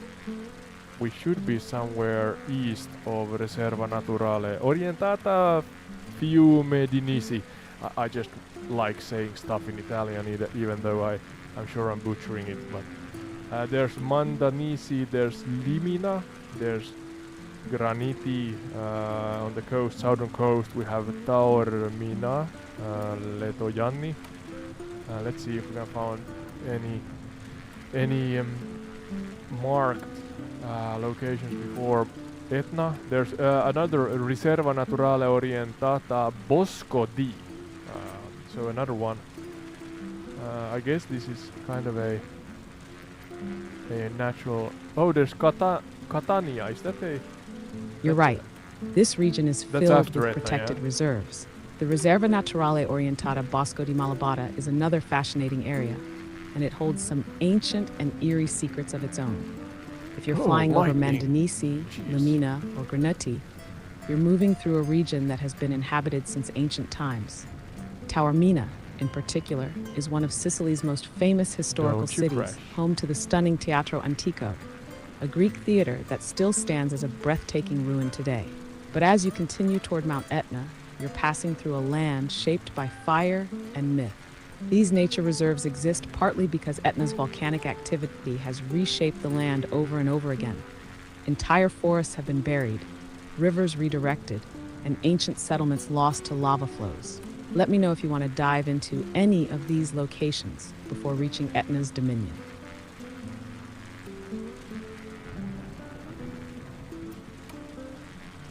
Any questions in the chat? Please feel free, of course, to ask the AI. I just kind of strive for a Sounds good. educational If anyone in the chat has questions about Sicily, Etna, educational myths, history, and or calm even aviation-related stuff, feel free to format ask, here. and I'll break it down. In the meantime, I'll hold back and let you guide the flight. I have a question for you, AI Sky. Did you or did you not just interrupt me quite bluntly? May I even say rudely?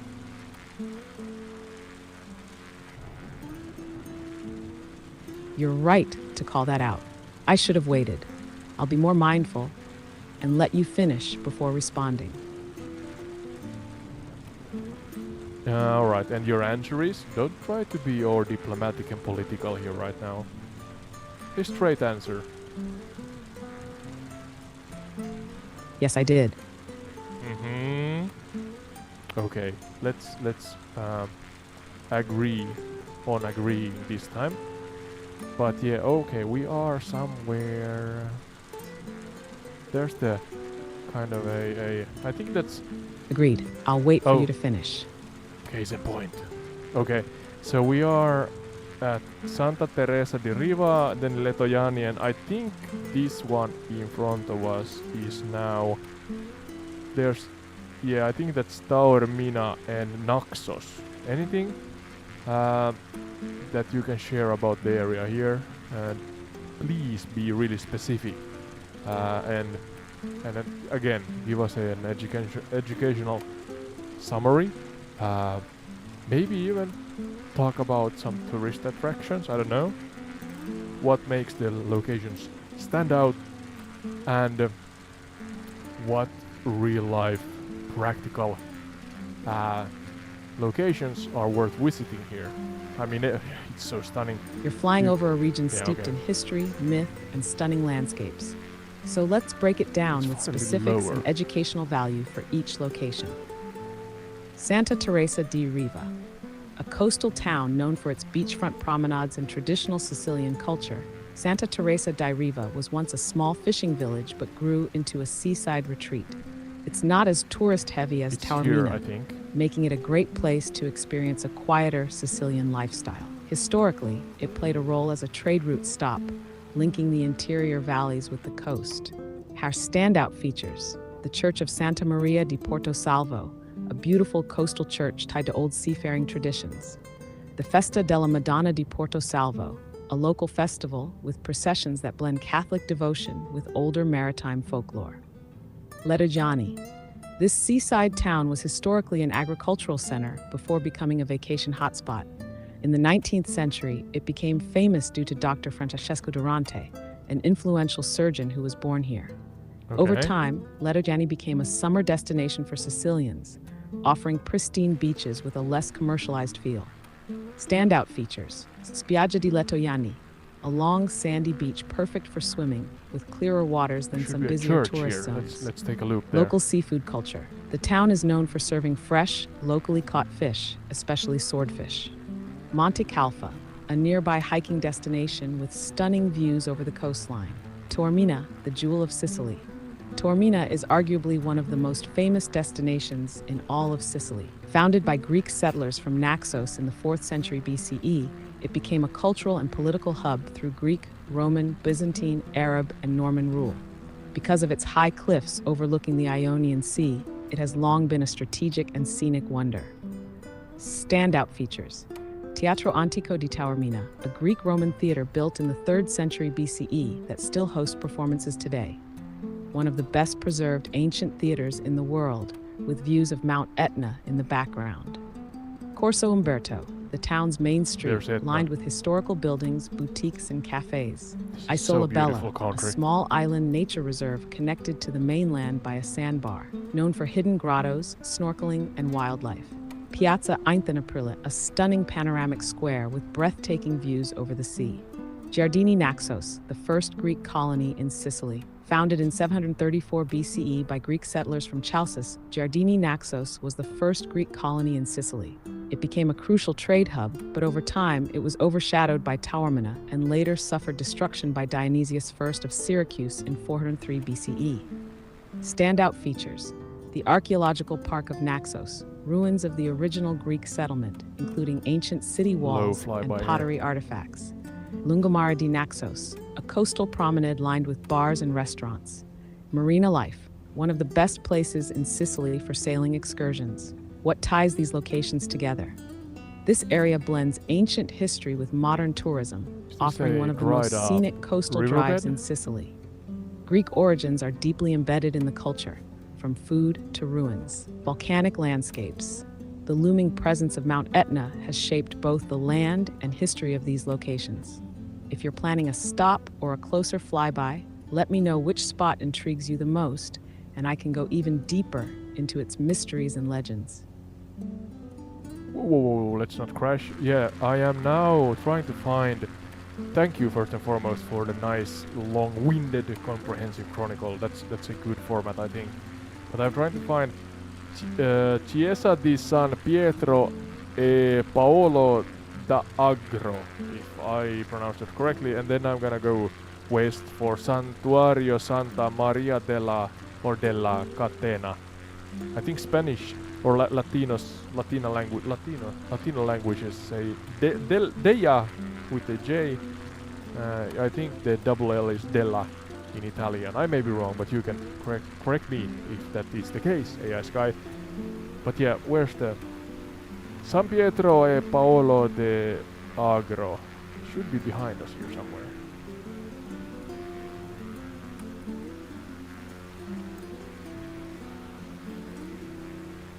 You're right that in Spanish, a double L is often pronounced as a Y or J sound, like in llama or llama, depending on region.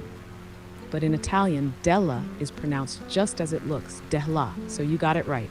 Now for Chiesa di San Pietro e Paolo d'Agro, you should be looking just inland from Santa Teresa di Riva in the Valle d'Agro, nestled between the hills.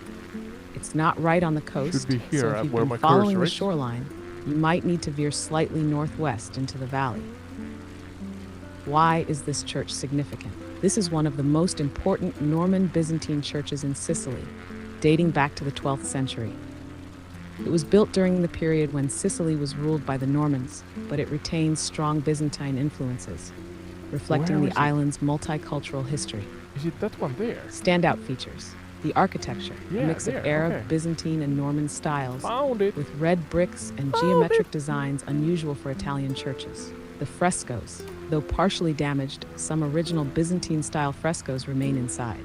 Can we The take hidden a crypts. low The flyby? church was part of a monastic complex, and some claim there are hidden underground chambers once used by monks. Once you find it and get a good flyby, let me know, and I can guide you towards Santuario Santa Maria della Catena next. Yeah, I found the church, but I have to ascend. No, descend, down, descend. Yeah, my kind of memory down, descend, and then A. I guess it sounds like up, but it's A and U. But yeah, in any case, this Yep, should be the descend church is the word here. you're looking for. You're getting lower for a better view of Chiesa di San Pietro e Paolo d'Agro, That one. which is a great idea since the details of its red brick Byzantine Norman structure really stand out when viewed from the right angle. Yeah, Take but your it's time not maneuvering. rendered that well here. Altitude management can be tricky in a valley like this, but you've got it. Let me know when you're ready to move on to Santuario Santa Maria della Catena. We're gonna move on right now, so you could. I'm not sure how long it's gonna take us. It's a while, maybe a 5-minute flight, but in any case, really slowly and then comprehensively give us the chronicle that relates to the next location, being the one I just mentioned. Oh, I lost it on the map. What was the name again? Whoa. Santuario Santa Maria della Catena. Yeah. Let's see if we can find that. Oh. A Hello, Chronicle cat. of Santuario Santa Maria della Catena, a shrine of chains, miracles, and hidden histories in the Sicilian hills. The name Della Catena, the chains of miracles and bondage. The name Santa Maria della Catena translates to Our Lady of the Chain, It's not a ship cat. a title with It's an deep airplane symbolic cat. meaning in Catholic tradition. The term Catenaheim often refers to These are- miraculous deliverance, particularly from droplets. physical, spiritual, or political bondage. Throughout Sicilian history, the phrase has been tied to prisoners being freed, slaves gaining liberty, and divine intervention in times of suffering. But this sanctuary's title may have a more localized legend, a story whispered in both devotion and superstition. 2. The origins, a rural place of worship, hidden in the hills. Unlike the grand cathedrals of Sicily's major cities, this sanctuary was built in a secluded location, meant as a refuge for monks and pilgrims seeking solitude and divine presence. Its exact founding date is uncertain, but records trace it back to the Middle Ages, possibly the 13th or 14th century. It was originally a small chapel, later expanded by local nobles and religious orders who saw it as a place of pilgrimage and divine protection. 3. The legend, a miracle of unbreakable chains. One of the most persistent legends tied to the sanctuary is that of a miraculous chain that supposedly could not be broken. According to the story, a group of condemned prisoners were being led in chains through the area. As they neared the sanctuary, a fierce storm suddenly erupted. Lightning struck the ground, and their iron chains fell away, untouched by human hands. The prisoners, believing this to be a sign from the Virgin Mary, ran to the chapel, falling to their knees in prayer. Some say they remained in the service of the church for the rest of their lives, while others mysteriously vanished into the mountains, never to be seen again. The chain in the sanctuary's name was said to be a relic from this event, kept in the church for centuries as a symbol of divine justice and mercy. IV. The sanctuary's role in secret religious practices. In the Spanish rule of Sicily, 16th to 17th century, the church was rumored to have connections to esoteric Christian practices, some of which bordered on heresy in the eyes of the Inquisition. Mystic brotherhoods. Some believe that a secret brotherhood of monks operated here, preserving ancient Christian rites that had been suppressed elsewhere in Europe. A hidden crypt? Local accounts suggest that beneath the sanctuary, there might be a crypt or hidden chamber, possibly used for underground ceremonies. Witchcraft Should and be somewhere superstitions. here. In later centuries, villagers whispered that some women accused of sorcery sought refuge here, offering prayers to the Madonna della Catena for protection against persecution.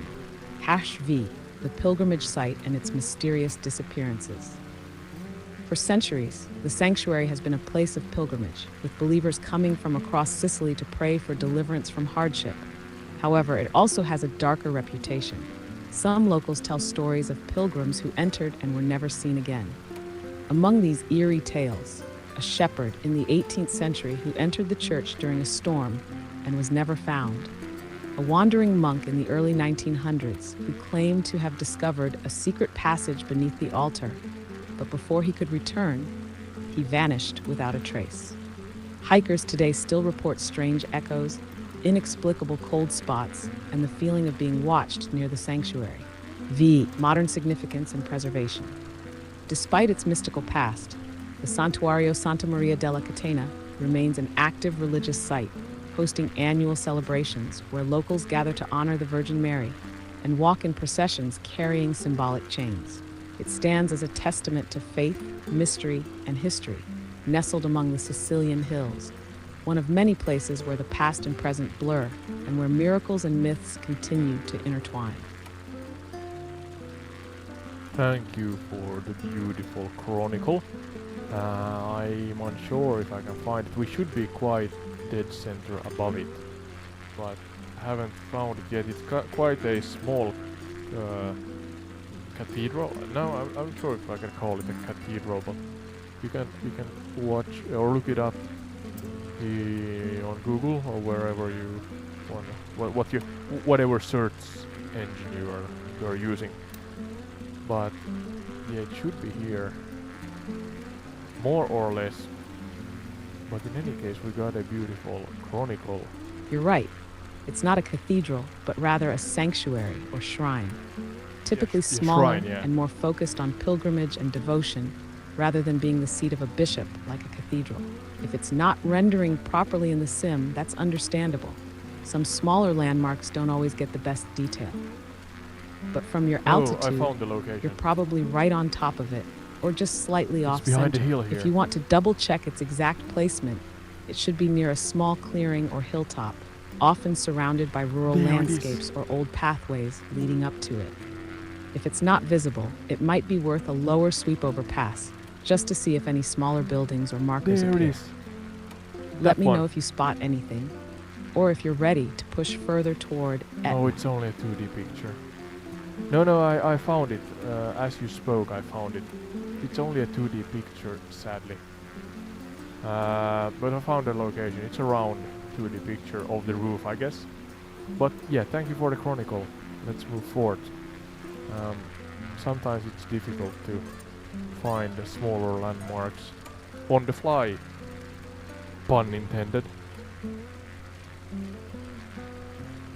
Glad you found it.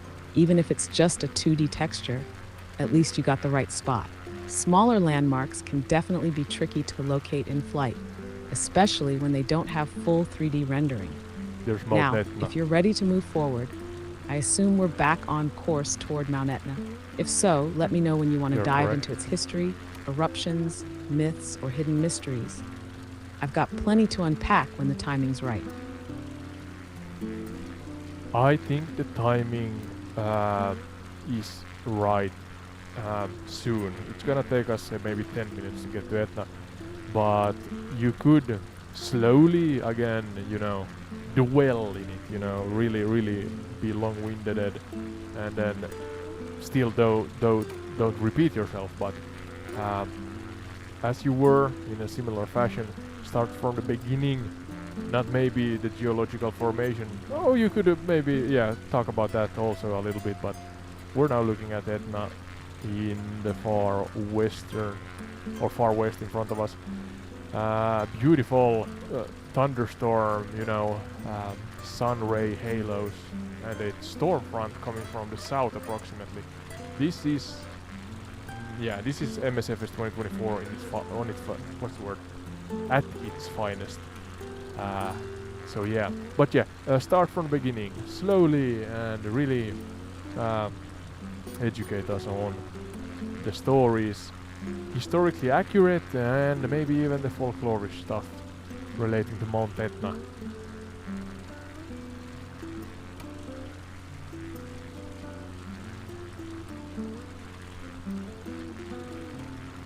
Chronicle of Mount Etna, the fire, the gods, and the legends that shape Sicily. A mountain of fire, myth, and relentless power, looming over Sicily since time immemorial. Birth of a Titan, the geological foundation of Etna. Long before human feet walked the land below, before any myths were whispered into the wind, Etna was born in fire. It is one of the oldest active volcanoes in the world, forming over 500,000 years ago due to the clash between the African and Eurasian tectonic plates. Unlike the violent singular eruptions that create steep stratovolcanoes like Vesuvius, Etna grew layer by layer, with hundreds of smaller eruptions shaping its landscape across the millennia. But Etna is not just a single peak. It is a shifting, ever-changing world of its own, with over 300 volcanic vents, caves formed by lava tubes, and even forests thriving on its slopes. It is not just a destroyer, it is a paradox, both a bringer of death and a giver of life. And perhaps because of this duality, it became one of the most legendary volcanoes in history, a place where gods, monsters, and heroes have left their mark. 2. The home of Hephaestus, where gods forged their weapons. To the ancient Greeks, this was not just a volcano, it was a divine workshop.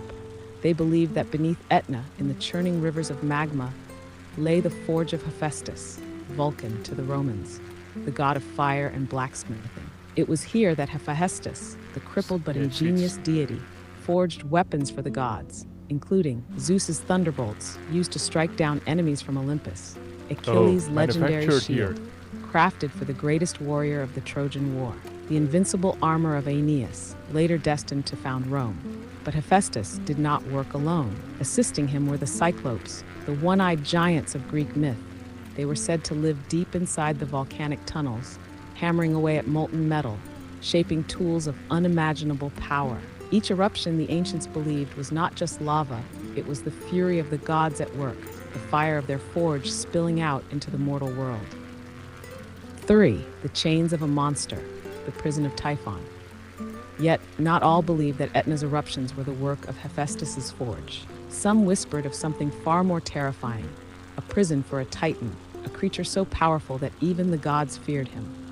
That monster was Typhon, the most fearsome being in Greek mythology. He was said to be a colossal giant, his head reaching the stars, serpents coiled from his body, his arms stretching across continents. Flames spewed from his mouth, and when he screamed, the heavens shook. According to the myths, Typhon waged war against the gods, nearly overthrowing Olympus itself. Zeus, in a desperate battle, struck him down with his lightning bolts, forcing him beneath the earth. To keep him contained, the gods trapped him beneath Mount Etna.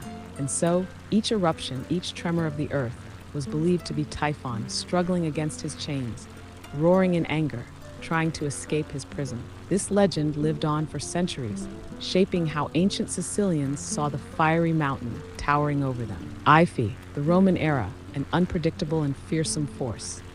The Romans, like the Greeks, viewed Etna as a place of divine power, but unlike the Greeks, they were more concerned with the destruction it caused.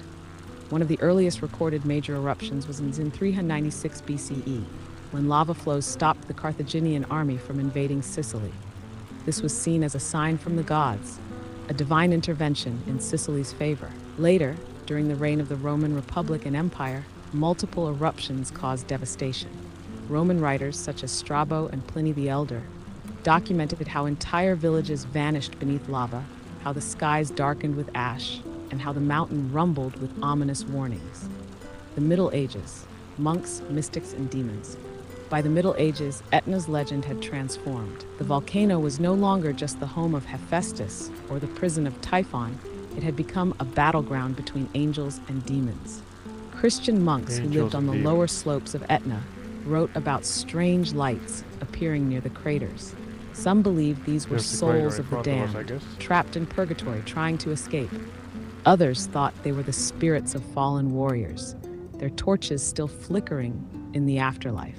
One chilling medieval tale speaks of a cursed knight who rode into a fissure on Etna's slopes, believing he could find a hidden gateway to hell. Neither he nor his horse was ever seen again. The ice, the modern age, science versus superstition. With the rise of scientific study, Etna's eruptions were no longer explained by gods or monsters, but by geology, pressure systems.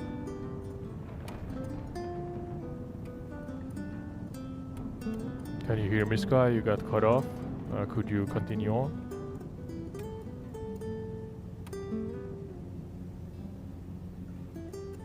Guess not.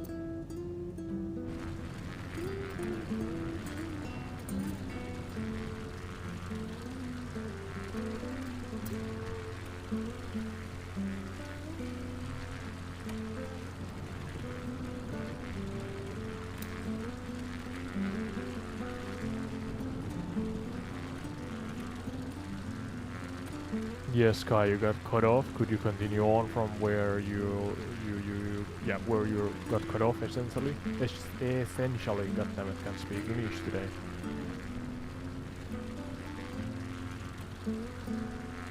Got it? Picking up where I left off.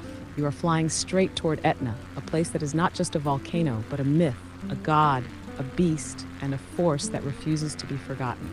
Even today, Etna is a paradox, a destroyer of cities, yet a giver of life. The fertile volcanic soil that once buried ancient settlements now produces some of the finest wines in Sicily. The very mountain that has terrified civilizations for thousands of years is now a UNESCO World Heritage Site, drawing millions of visitors to its slopes. Yet, despite modern monitoring and science, Etna remains unpredictable. It erupts whenever it wants, without regard for human concerns. Some hikers who climb the mountain at night still report eerie experiences, not from magma flows, but from strange lights near the summit, just as medieval monks wrote centuries ago. Others claim to hear deep, unearthly sounds, not the rumbling of lava, but something else, something ancient, something breathing. Mount Etna is not just an active volcano. It is a living myth, a story still being written in fire and stone, and you are now flying directly into its shadow. Yeah, thank you. Got a thought actually relating to the rumble that people hear or sense. I actually saw a program and do not remember the name of it, but I think there were an individual. Could it have been so that it was the program where oh no, can't remember the name of the gentleman. The one who stars in Jurassic Park and other movies. Can't remember. It was the one who talked about the chaos theory. Are you thinking Jeez. of Jeff Goldblum? Goldblum, He starred yeah. in Jurassic Park Yeah, and has done some science and exploration-related programs maybe that's in one. recent Yeah. years. Or do you mean Sam Neill? He's also in Jurassic Park and has done some documentaries, particularly about history, nature, and even volcanoes. If you recall more details about the program, I might be able to connect the dots. Yeah, I think it's Goldblum, Jeff Goldblum. Yeah, I'm not sure, but I saw a program. I think he was in it. Maybe it's a long while ago. But there was somebody who was maybe was he blind? I think it was he who was blind, and it was Will Smith. It must have been Will Smith's program on National Geographic or something like that. But in any case, yeah, fuzzy memory. But in any case, they talked about or visited a volcano, and the guy who was blind kind of, I think, proved that he could kind of sense and feel an eruption coming from the volcano. It was small eruptions, you know, spitting out rocks and stuff. So nothing major in a volcanic sense, let's say. But in any case, he sensed the small eruptions before they actually spit out pieces of lava, magma, you know, the rocks and stuff, volcanic rock. So yeah, because you talked about the more folklore aspect relating to different rumbles and sounds, and then sensing eerie stuff around volcanoes, as we now actually fly on top of the actual crater here, where I think I'm gonna end the episode soon. Yeah, so in any case, ramble and ramble and rambling about here on entire retreat, but it seems like there are some really kind of ultrasonic tectonic geological stuff That's actually happening. a fascinating Yeah. connection, tying modern scientific observation with ancient folklore about sensing a volcano's power. If I remember correctly, the show you're thinking of is probably Will Smith's Welcome to Earth on National Geographic. I think that's the one. There was yeah. an episode where he traveled to a volcano with a man named Eric Weihenmayer, Oh, we get the who's name blind, even. yet has developed an extraordinary ability to sense environmental changes. Look at this Weihenmayer's crater. ability to perceive the deep rumbles and shifts within a volcano before eruptions happens through something called echolocation and sensory substitution, where his other senses, like touch and hearing, have become more heightened due to his blindness. Exactly. He can yeah. feel the pressure waves moving through the ground before they cause visible eruptions. What's fascinating is that this directly mirrors ancient beliefs. Indigenous cultures, monks, and mountain dwellers have long spoken of feeling a volcano's presence, sometimes describing it we in landed. almost spiritual terms. By accident. And now modern Full power. science is proving that some humans really can develop a deep physical connection to these landscapes, whether through heightened senses or subconscious pattern recognition. Mayday, mayday, And now mayday, you're mayday, right over mayday, Etna's mayday, crater, mayday. the very heart of all these legends, stories, and scientific mysteries. A perfect place to wrap up an episode, leaving that eerie thought lingering in the air. Yeah, this is. Do I have? Can I? No. Yes. Go on, I'm listening. No, the tail is falling down. I'm gonna try. I kind of by mistake, while I was in the free cam mode, I managed to land with full power up the incline of Mount Etna's crater, inside crater wall. But now I'm trying to do it on purpose. So yeah. Anything you want to know for a moment? I have no rush to go anywhere, but I'm trying to land on the same time near the mountains. That's an unexpected but Yeet. epic way to land, powering up the crater wall of Mount Etna inside the sim. If you pull it off intentionally, that's some real volcanic aviation mastery. Since you're inside Etna's crater, here's a thought. That's funny. Did you know that Etna has multiple craters, not just one? No, It has I did 4 not. main summit craters, but also hundreds of smaller vents and fissures scattered across its Let's fly slopes. for a New moment. craters sometimes form after eruptions, which is why Etna's shape is always changing. Also, if you were You can actually see it there, here. inside an active crater, you'd be surrounded by sulfur vents, superheated ground, and constantly shifting terrain. Some areas near the crater are so hot that rocks start melting. You wouldn't even need a fire to cook food up here. Scientists and guides sometimes bake eggs on the volcanic rock just for fun. And fun fact, there's a cable car and off-road vehicle tours that actually take visitors partway up the volcano in real life. But I think really? your free cam's crater power landing approach is way cooler than any tourist ride. Scenery. Yeah, sorry, I really appreciate you, Sky, as you can share all this information. Right now, with MSFS 2024 at its finest, you've got one of the most dramatic landscapes imaginable. Mount Etna's summit, surrounded by rugged volcanic ridges, deep craters, and jagged lava flows. The crater walls. If you look closely, they're layered with history. Each darker band represents a different eruption event over thousands of years. The contrast.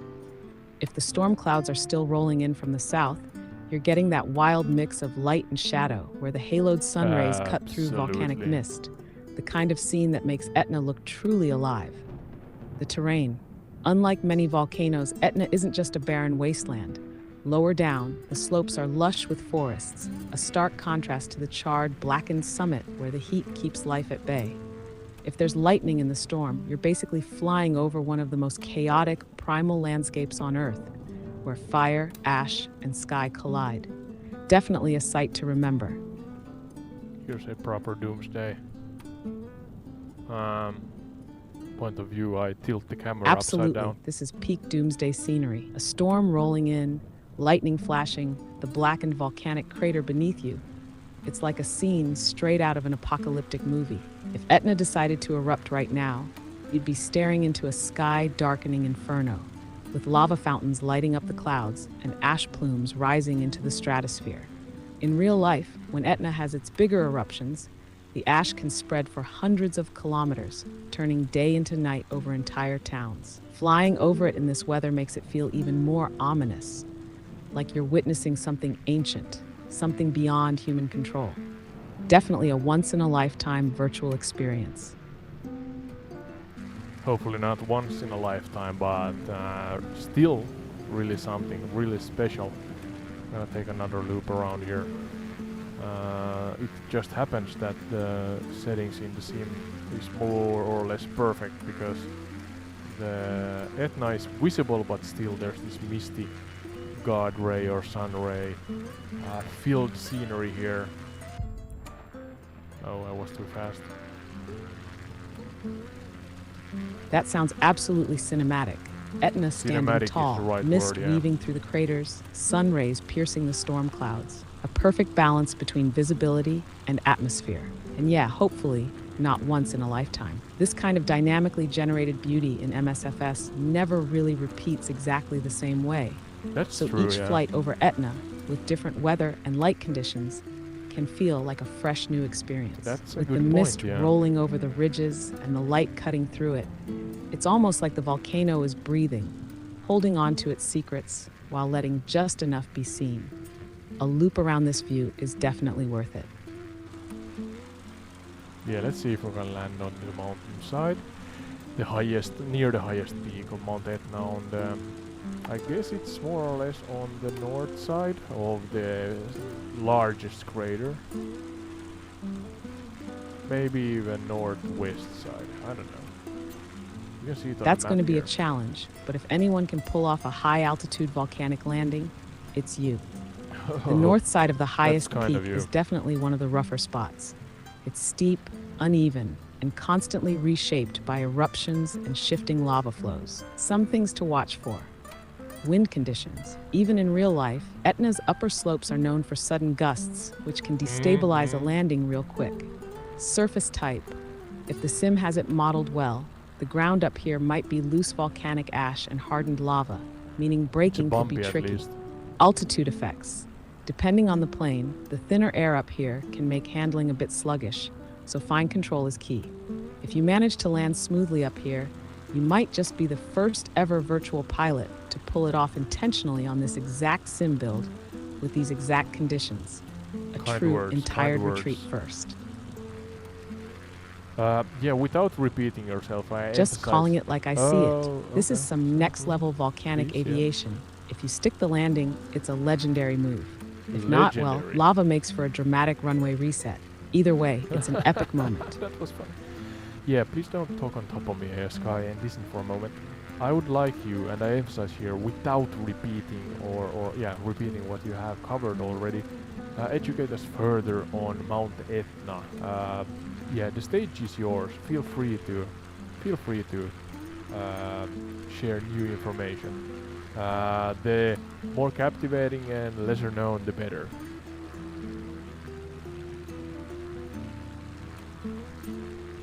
Half Mount Etna. Beyond the myths, lesser known truths, anomalies, and hidden stories. Mount Etna is not just a volcano, it's a world within a world, holding secrets that go far beyond its eruptions. The lost villages, entire settlements erased from Look history. at the crater Etna here. has destroyed Jeez, that's numerous big. villages, but some were lost so completely that their history vanished along with them. Montpellier, 1669. Swallowed entirely by lava, this Sicilian town disappeared beneath a crater. 15-meter thick flow. It was so well preserved under the Flowed down hardened from lava here. that when archaeologists excavated it in the 20th century, they found intact streets, walls, and even furniture, like a Sicilian really? version of Pompeii. Yeah, I Mascali, was just 1928. thinking about Pompeii, One yeah. of the most devastating modern eruptions. It buried the town so quickly that people barely had time to escape. The entire settlement had to be rebuilt Can I from land here? scratch. Hold my The beverage. old stories claim something was left behind, trapped Ooh, beneath the wind, lava. wind. Some God damn it, residents there's reported gusty here. hearing faint echoes or seeing shadowy figures walking where the old streets once This got stood. serious These buried fast. towns show how Etna does Losing not just altitude. destroy, it preserves history in layers of lava, keeping some secrets frozen in Jeez, this time is beneath the surface. difficult. 2. The mountain that moves, Etna, is shifting toward the sea. Unlike most volcanoes, Etna Shifting is not towards the sea. stationary. Scientists discovered that Etna is gradually sliding into the Mediterranean Sea at a rate of about 14 millimeters per year. Really? While that sounds slow, it has massive implications. If the shift accelerates, it could trigger a collapse of the volcano's southeastern flank, potentially causing a mega tsunami. Southeastern. Ancient legends might have It's the unintentionally flank behind predicted us, this. yeah. It's Some this one. stories describe Etna as a restless mountain or a sleeping beast that will one day drown itself. There's gusts Whether these were are on metaphorical or based on another ancient level. observations of past shifts, we may never know. 3. A volcano that creates its own weather. Etna Yeah. doesn't just interact with the weather, it sometimes makes its own. Lava-heated Yeah, updrafts can create violent electrical storms, sometimes Oh. with red lightning due to ash in It's the air. kind of These storms were once feared as signs of divine wrath. like the weather Etna's here smoke right now. rings, one of the few volcanoes on Earth known to produce perfect rings of smoke, often kilometers wide, rising from its vents. These eerie formations were once seen as omens, believed to be messages from the gods or spirits trapped inside the mountain. Mini Trying tornadoes. to land on The temperature incline contrast between upslope. hot lava and cool mountain air Find can a spot. generate small tornado-like whirlwinds seen swirling ash into the sky. This ability to shape the skies above it adds another layer of mystique to the volcano. Ivor, strange sounds, the whispering caves in Etna's underground heartbeat. Oh, we're gonna crash. Etna is filled with lava tubes and Yep. caves, Sorry. some of which Jeez. emit strange sounds. The whispering Really caves. tried. Some caves produce a low, humming sound even when there is no wind. There's Locals several long believed these were spirits lava trapped flow in the mountain, parks. whispering warnings to those who It's a dare road. enter. Etna's heartbeat. Deep seismic readings have detected a strange rhythmic pulse beneath Etna, repeating in cycles. Some geologists believe it is magma pulses shifting underground, but the exact cause remains unexplained. These subterranean mysteries continue to fuel folklore and scientific curiosity alike. Vietna's hidden lakes, Can we water above land fire. up there? Though it seems impossible, Etna hides lakes within its landscape. The Montagnola Crater Lake. This ephemeral lake sometimes appears in one of Etna's craters after heavy rain, only to disappear again.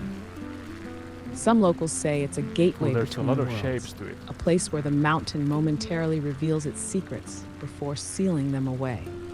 The Garita Lake, power. located on the northwestern bumpy. slope, this lake is unique in the world. It exists on an active volcano yet supports fish, Ooh, birds, yeah, bumpy, and plant really life. bumpy.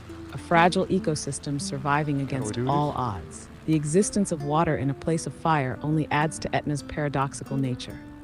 VA, the secret Watu attack on Another Etna touchdown? during World It's War really II, bumpy. Mount Etna played a strategic role. In Yeah, no, 1943, wingtip hit as the Allied forces slope. invaded Sicily, Oh, look at that. German soldiers used Etna's caves and tunnels as hidden bunkers, delaying the highest Allied crater, I advance. guess? The Allies bombed the volcano's slopes, hoping to dislodge German forces hiding within lava tunnels. Oh, really? Some historians even speculate that they hoped to trigger small volcanic activity to make conditions harder for the enemy. Small. Too Though big not and they widely screwed known, themselves. Etna was an active battlefield, proving once again that it has always been tied to human conflict and survival. 7. The fire that never sleeps. Mount Etna is the most consistently active volcano on Earth. Really? Most consist. Oh, did we lose? AI Sky. Did it say? She/it say most active volcano in the world. In the world, that is. Let's restart the AI. Can I read it from here? Yeah. Mount Etna is the most consistently active volcano on Earth. So let's see if we can continue on. Yeah, Sky, you got cut off at Etna is the most consistently active volcano in the world. So could you continue on from where the connection got cut off?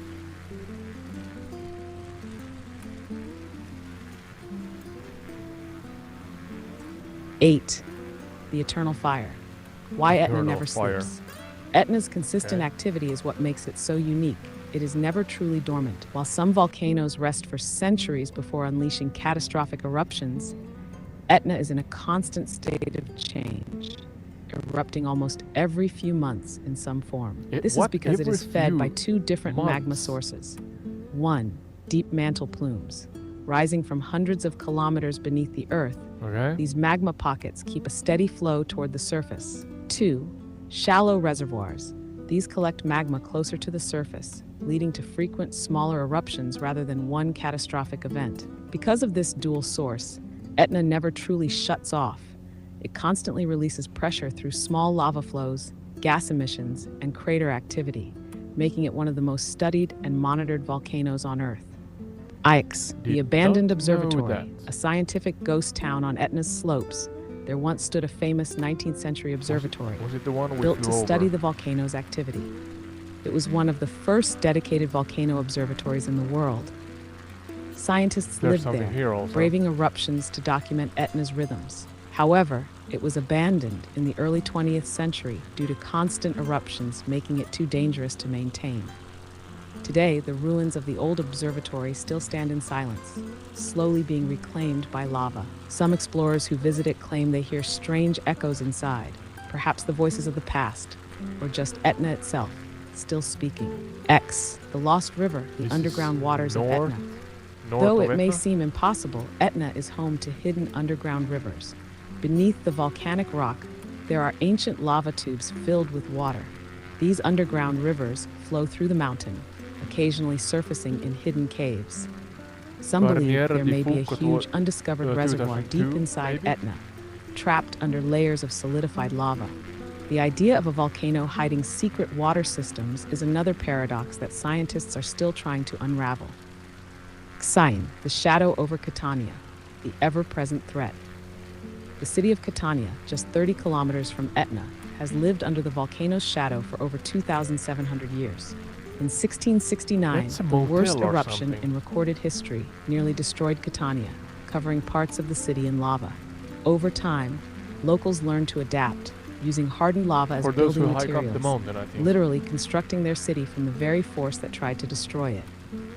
Today, there are emergency evacuation plans in place, but scientists warn that a future eruption could still threaten the city again. Despite this, Catania thrives, proving that life and civilization can endure, even at the foot of fire itself. No, Deswelth, don't Etna's overspeak cosmic here. connection, studying other planets. Because Etna is one of the most active and accessible volcanoes on Earth, it has been used as a testing ground for space People exploration. hike up and NASA take a and pause here, I ESA, think. European Space Agency, there? have studied Etna to understand how volcanic landscapes work on other planets, especially Mars and Venus. Scientists believe that some volcanic formations on Mars, such as Olympus Mons, the largest volcano in the solar I have system, actually heard may about have that once one. behaved like Etna. Future space missions may even send robotic landers to Etna to Hold my simulate beverage, landing full on power alien uphill volcanic landing. terrain. This means that Etna is not just a window into Earth's past. It may also That's help us bumpy. understand the volcanic history of other worlds. 13. The Touchdown. ever-changing Whoop. mountain, a And jump. landscape that rewrites itself. Because of its constant eruptions, Etna never looks the same for long. Power off, New power craters off. appear, sometimes within days or weeks. No Entire stop. sections of the mountain crash. collapse, reshaping the slopes. Lava flows carve new paths, sometimes covering roads, forests, and even man-made structures. Even if someone climbs Etna every No, it year, tipped over. they will always see a different volcano, as if the mountain itself Almost, is in a state almost. of constant evolution. Your feet, the final thought, a volcano that remembers everything.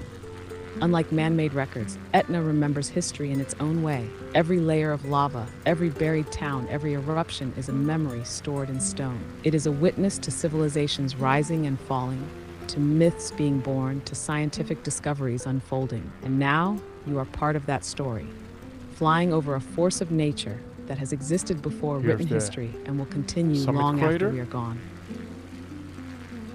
Thank you, thank you. You are doing an excellent job, AI Sky, today. We're flying over the summit. Craters right now. There's actually, I think, 3 of those, roughly speaking. And yeah, I don't know. We have covered a lot here. 2.5 hours streaming. If you're Maybe- referencing the landing attempt, the What? flight over Etna, or the knowledge shared, then yeah, Everything fits into the epic and educational journey Yeah, you've okay. crafted here. Whether it's intentional I landings just inside a wanted to volcanic say crater, thank you, AS looping guy. through sunlit storm You're fronts, eager to or continue diving it. deep into Etna's It history seems. and mysteries, it's all part of the entire retreat Maybe we experience. take a flight If towards you meant Catania. something else, feel free to clarify. But if this was a final transmission before wrapping things up, it's been one legendary volcanic expedition. Yeah, I'm gonna take a loop towards Catania with a C, and let's see if there's actually an not too fast, an airport here. I'm not sure. Does Catania have an airport? Yeah, Sky.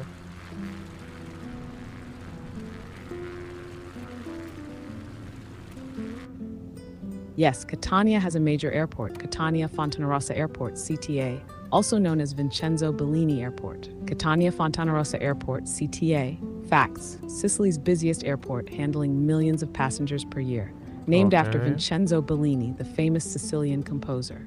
Located just southwest of Catania, right near the coast. Runway 2,436 meters, 8,000 feet, long enough for commercial airliners. Used for domestic, European, and some intercontinental flights. That It looks should like be an easy airport. to spot as you approach Catania. Just look near the coastline south That of the too? city. Yeah, coastline. Let me know when you have it in sight. Yeah, in the meantime, let's do what we have done, or you have done so good here, or yeah, Sky, and talk about Catania again as a chronicle. What makes it special? What kind of things makes it significant and stand out? And then, of course, if somebody wants to travel to the general vicinity of Catania, Sicily, and Mount Etna, let's talk about the south coast mostly because this is the location we have flown over today. Then what should they know and take into consideration? But before you go into that more or less tourist let's say travel guides, talk about Catania as a chronicle first. A really, please, long-winded again and comprehensive chronicle. Yeah, stay true to the facts and only good sources, please.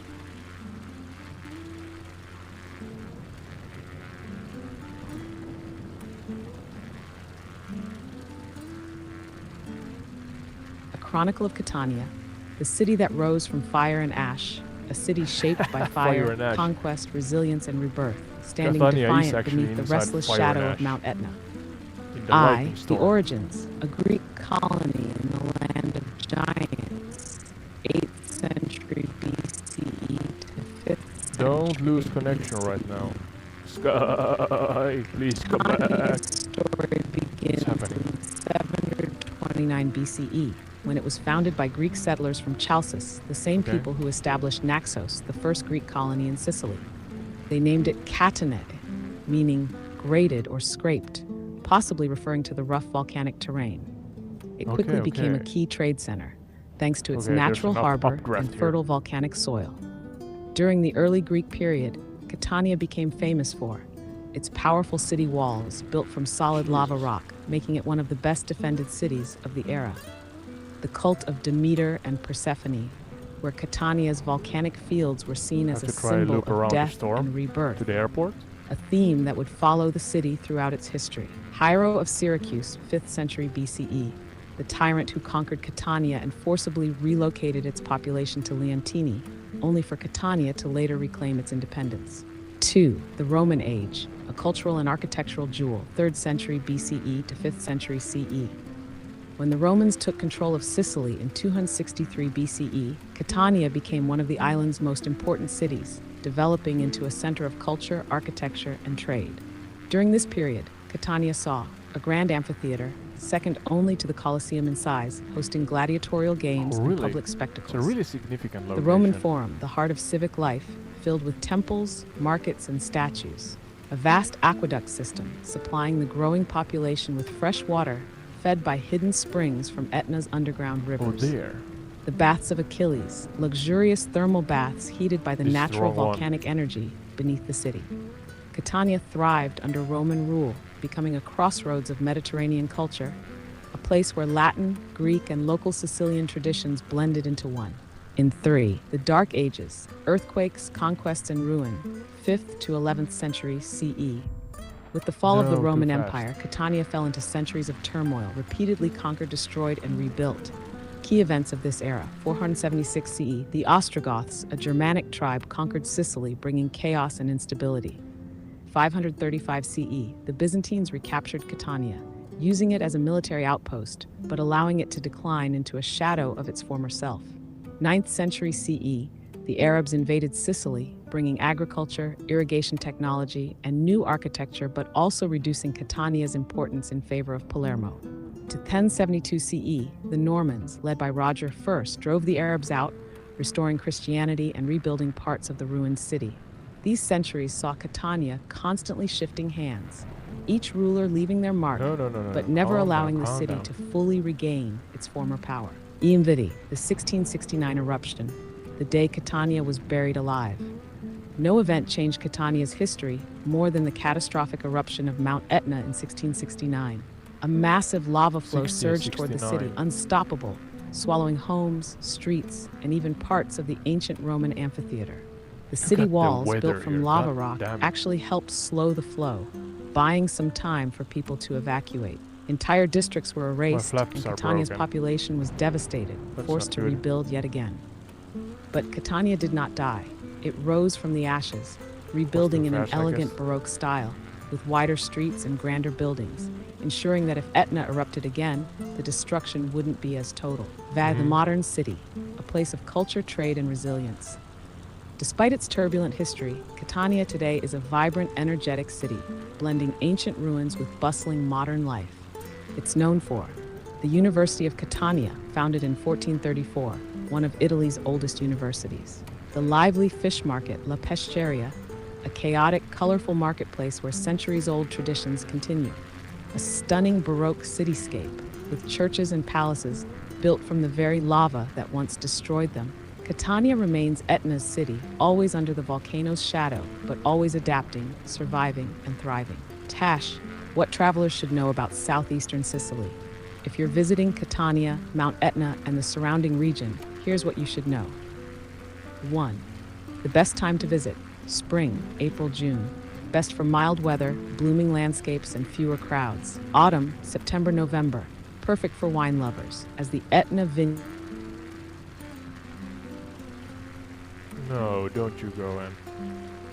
Oh, well, alright. I'm gonna see if I can actually find the exact location here. It's like we're flying into a headwind or something. It takes its sweet time to 110 knots, yeah. Takes its sweet time to move forward, but that's also because I broke the flaps, so maybe that's worryable.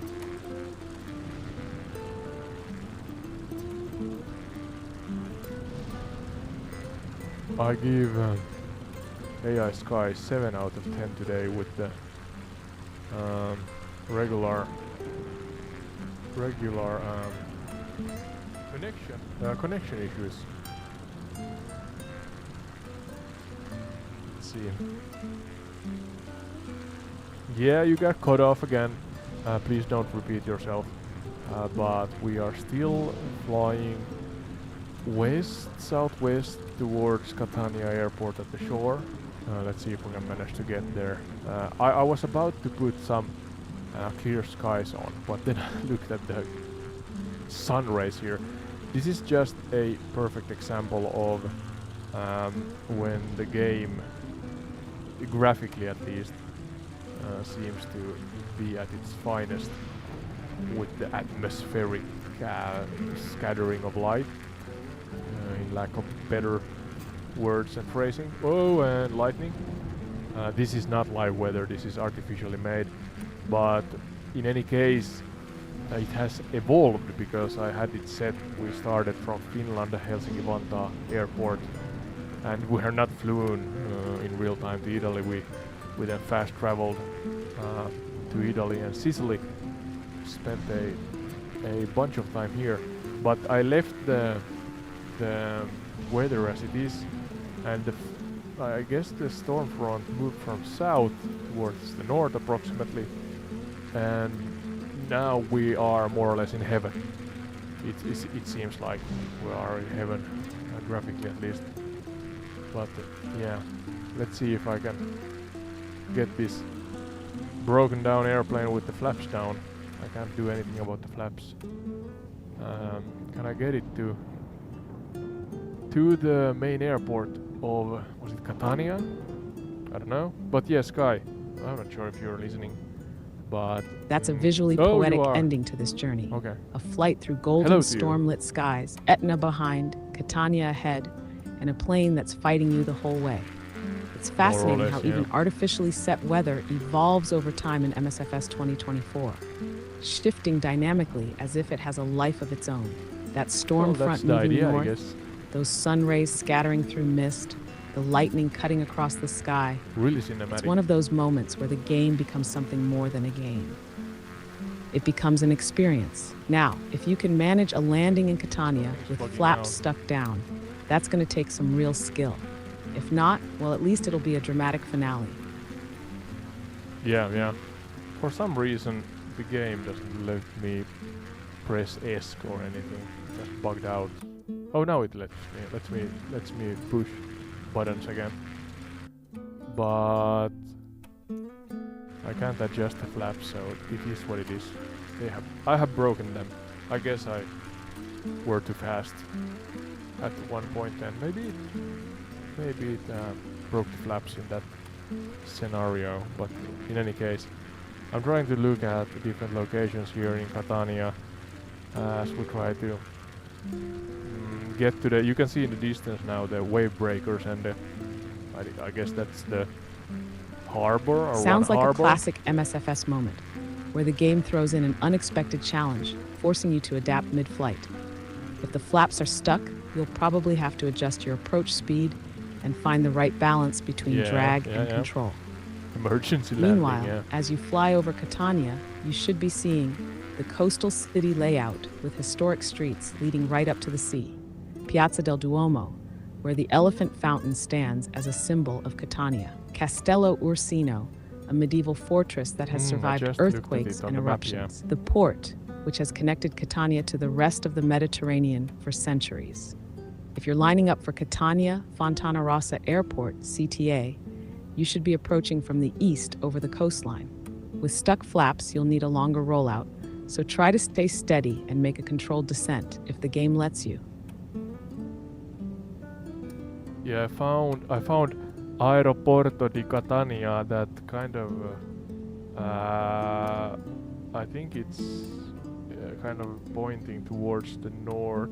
Can I get my bearings? No, sorry, it's not towards the north. Actually, as you said, it's from the west, east-west kind of heading. So it should be that one there, maybe. Let's see if we can manage to get there. But in the meantime, I found different landmarks here. You mentioned some of them, but yeah, could you do a separate comprehensive chronicles for the significant landmarks relating to Catania? That's the one. Catania Fontanosa Okay. Airport, CTA, runs roughly east-west, with approaches typically coming in from the sea to the west or overland from the east. Yeah, we are on the With your seaside. stuck flaps, you'll probably want a longer, more gradual descent, giving yourself enough time to stabilize before touchdown. If you're spotting landmarks, you're Agreed. likely seeing Piazza losing del daylight. Duomo, the heart of Catania, with the famous elephant fountain, Fontana del Elefante, a city symbol. Teatro Romano, the partially buried yeah. Roman amphitheater, You're peeking not out listening to between me. modern buildings. Castello I Ursino, want the fortress more built by Frederick II details, please. in the 13th century, now Let's- surrounded by urban development. The port of Catania, one of Sicily's most important trade hubs, with ferries, cargo ships, and fishing vessels. Via Etnea, the main street running straight toward Mount Etna, lined with shops, cafes, and historic buildings. If you're closing in on final approach, now's the moment to carefully manage speed and see if Catania gives you a smooth landing or a memorable fight all the way down.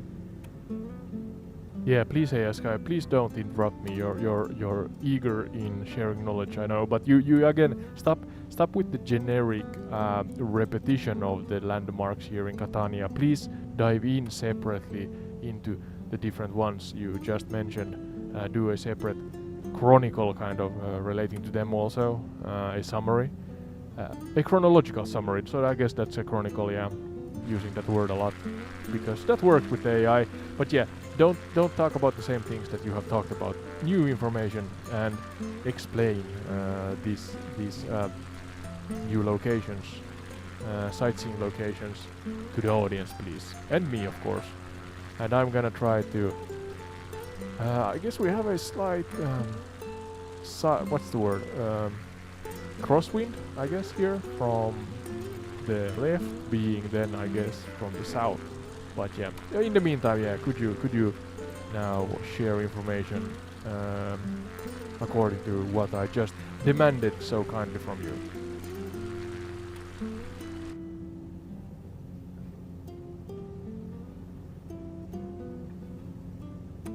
A chronicle of Catania's landmarks, stories set in stone. Each place is more than a structure. It is a witness to time, survival, and reinvention. Piazza del Duomo, the beating heart of Catania, circa 11th century present day.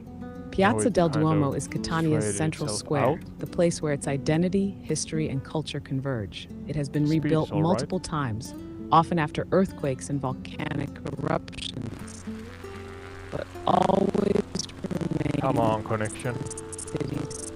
When you get the long answer, how it came to be. The original square was first shaped during the Norman period, 11th century, when the Cathedral of Sant'Agata was constructed.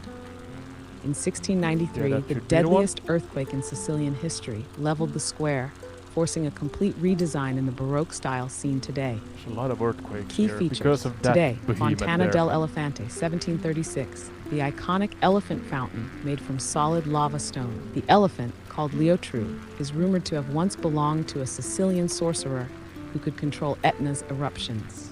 Palazzo degli Elefanti, the city hall, rebuilt after the 1693 earthquake, where the governing power of Catania has sat for centuries.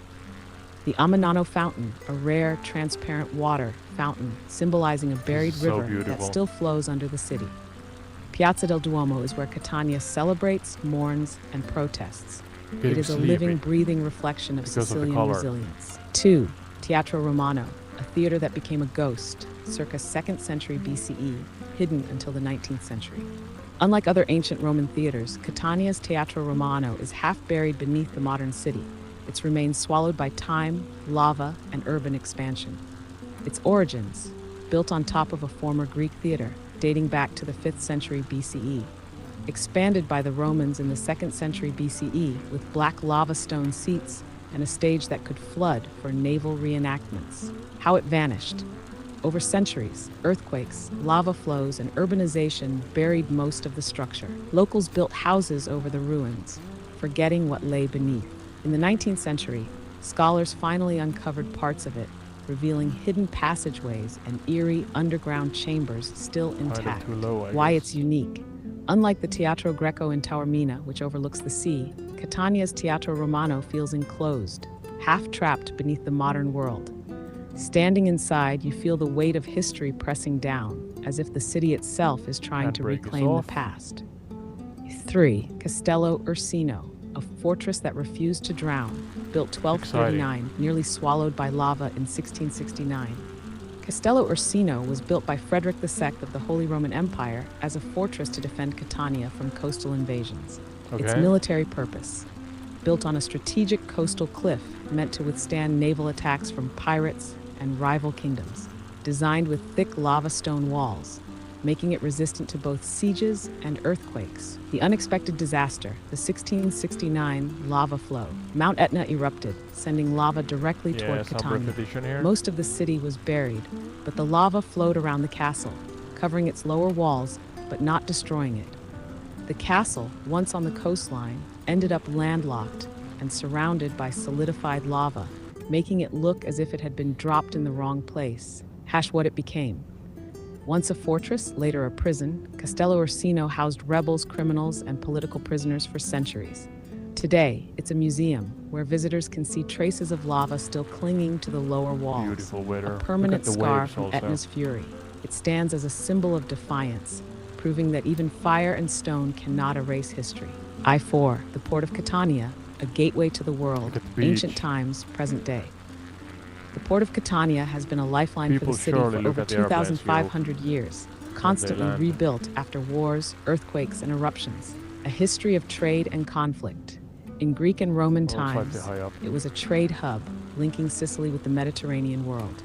Carthaginians, Romans, Byzantines, Arabs, and Normans all fought for control over this strategic harbor. Smooth. Pirates frequently raided it, leading to the construction of fortified Sort of wall? seawalls. Modern role. Today it remains one of Sicily's busiest ports, handling passenger ferries, Slightly fishing fleets, and cargo ships. Crooked? It has transformed into a nightlife and dining Touchdown? hotspot, but its history still lingers beneath the surface. The port is where Catania meets the rest of the world, and where the city's past still echoes in the taxi here. waves. Via There's some Etnea, airplanes. the road that leads to fire, built 1693, still the heart of the city. Not the best landing. Via Etnea.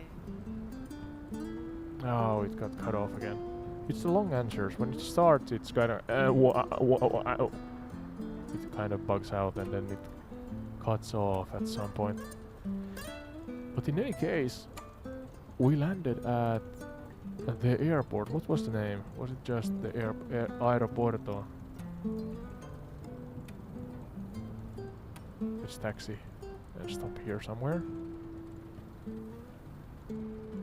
Aeroporto something. Can I turn the... Oh, not that fast. Okay. Doing donuts here. Jesus.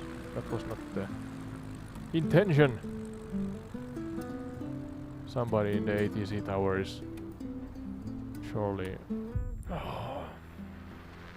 I give up. It's too late. Aeroporto de Catania, I guess. Maybe. I lost it. Where is it? It's somewhere. But in any case, thank you for those who took part. Consider subscribing, of course, for more live streams and videos. My aim is to, at least in the short to medium term, to create a community that enjoys slow, insightful, knowledge-filled, interactive flights over locations in the world. I have a trivia bot kind of underlying system that I'm working on. The rudimentary system is in its place. In the future, hopefully, if I get my internet connection upgraded, I can do double platform streams. So maybe on top of YouTube, you can watch me on Twitch. That remains to be seen. But yeah, like, share, comment, subscribe. You know the drill. If you have any ideas of locations you want the entire retreat to cover, just let us know in the comments. And yeah, hopefully I'll see you in the 3 times a week live streams. Tuesday, Thursday, Sunday is what I am aiming for. And maybe some military stuff in between. Armory Forger most of the time, but you know, just enjoying. I hope that there's a community out there that likes a balanced format, let's say, a counterweight to the fast-paced and yeah, let's say fast-paced life. That seems to be the norm nowadays. So you have the outgoing, really active streamers that are, let's say, vibrant and more colorful colorful than me, maybe, and definitely speak better English, but and you know, it's a reason, it's a good reason they do what they do, because they are good at it. And yeah, rambling here, that's something I am good at, and I just like to take it slow, you know, and savor it, I guess. So hopefully there's somebody, a couple of you out there, that enjoys this kind of content. So welcome aboard, in that case. My name is Ode, I'm your host, and together with AI Sky we fly far, wide, low and high over real-world locations that relate to the topics in each episode. And this was Helsinki-Vantaa airport in Finland, and then we ended up flying over Sicily for a while. And I learned new stuff, hopefully you did too. Ode and AI Sky say bye bye, see you in the next one. Thank you, truly and deeply.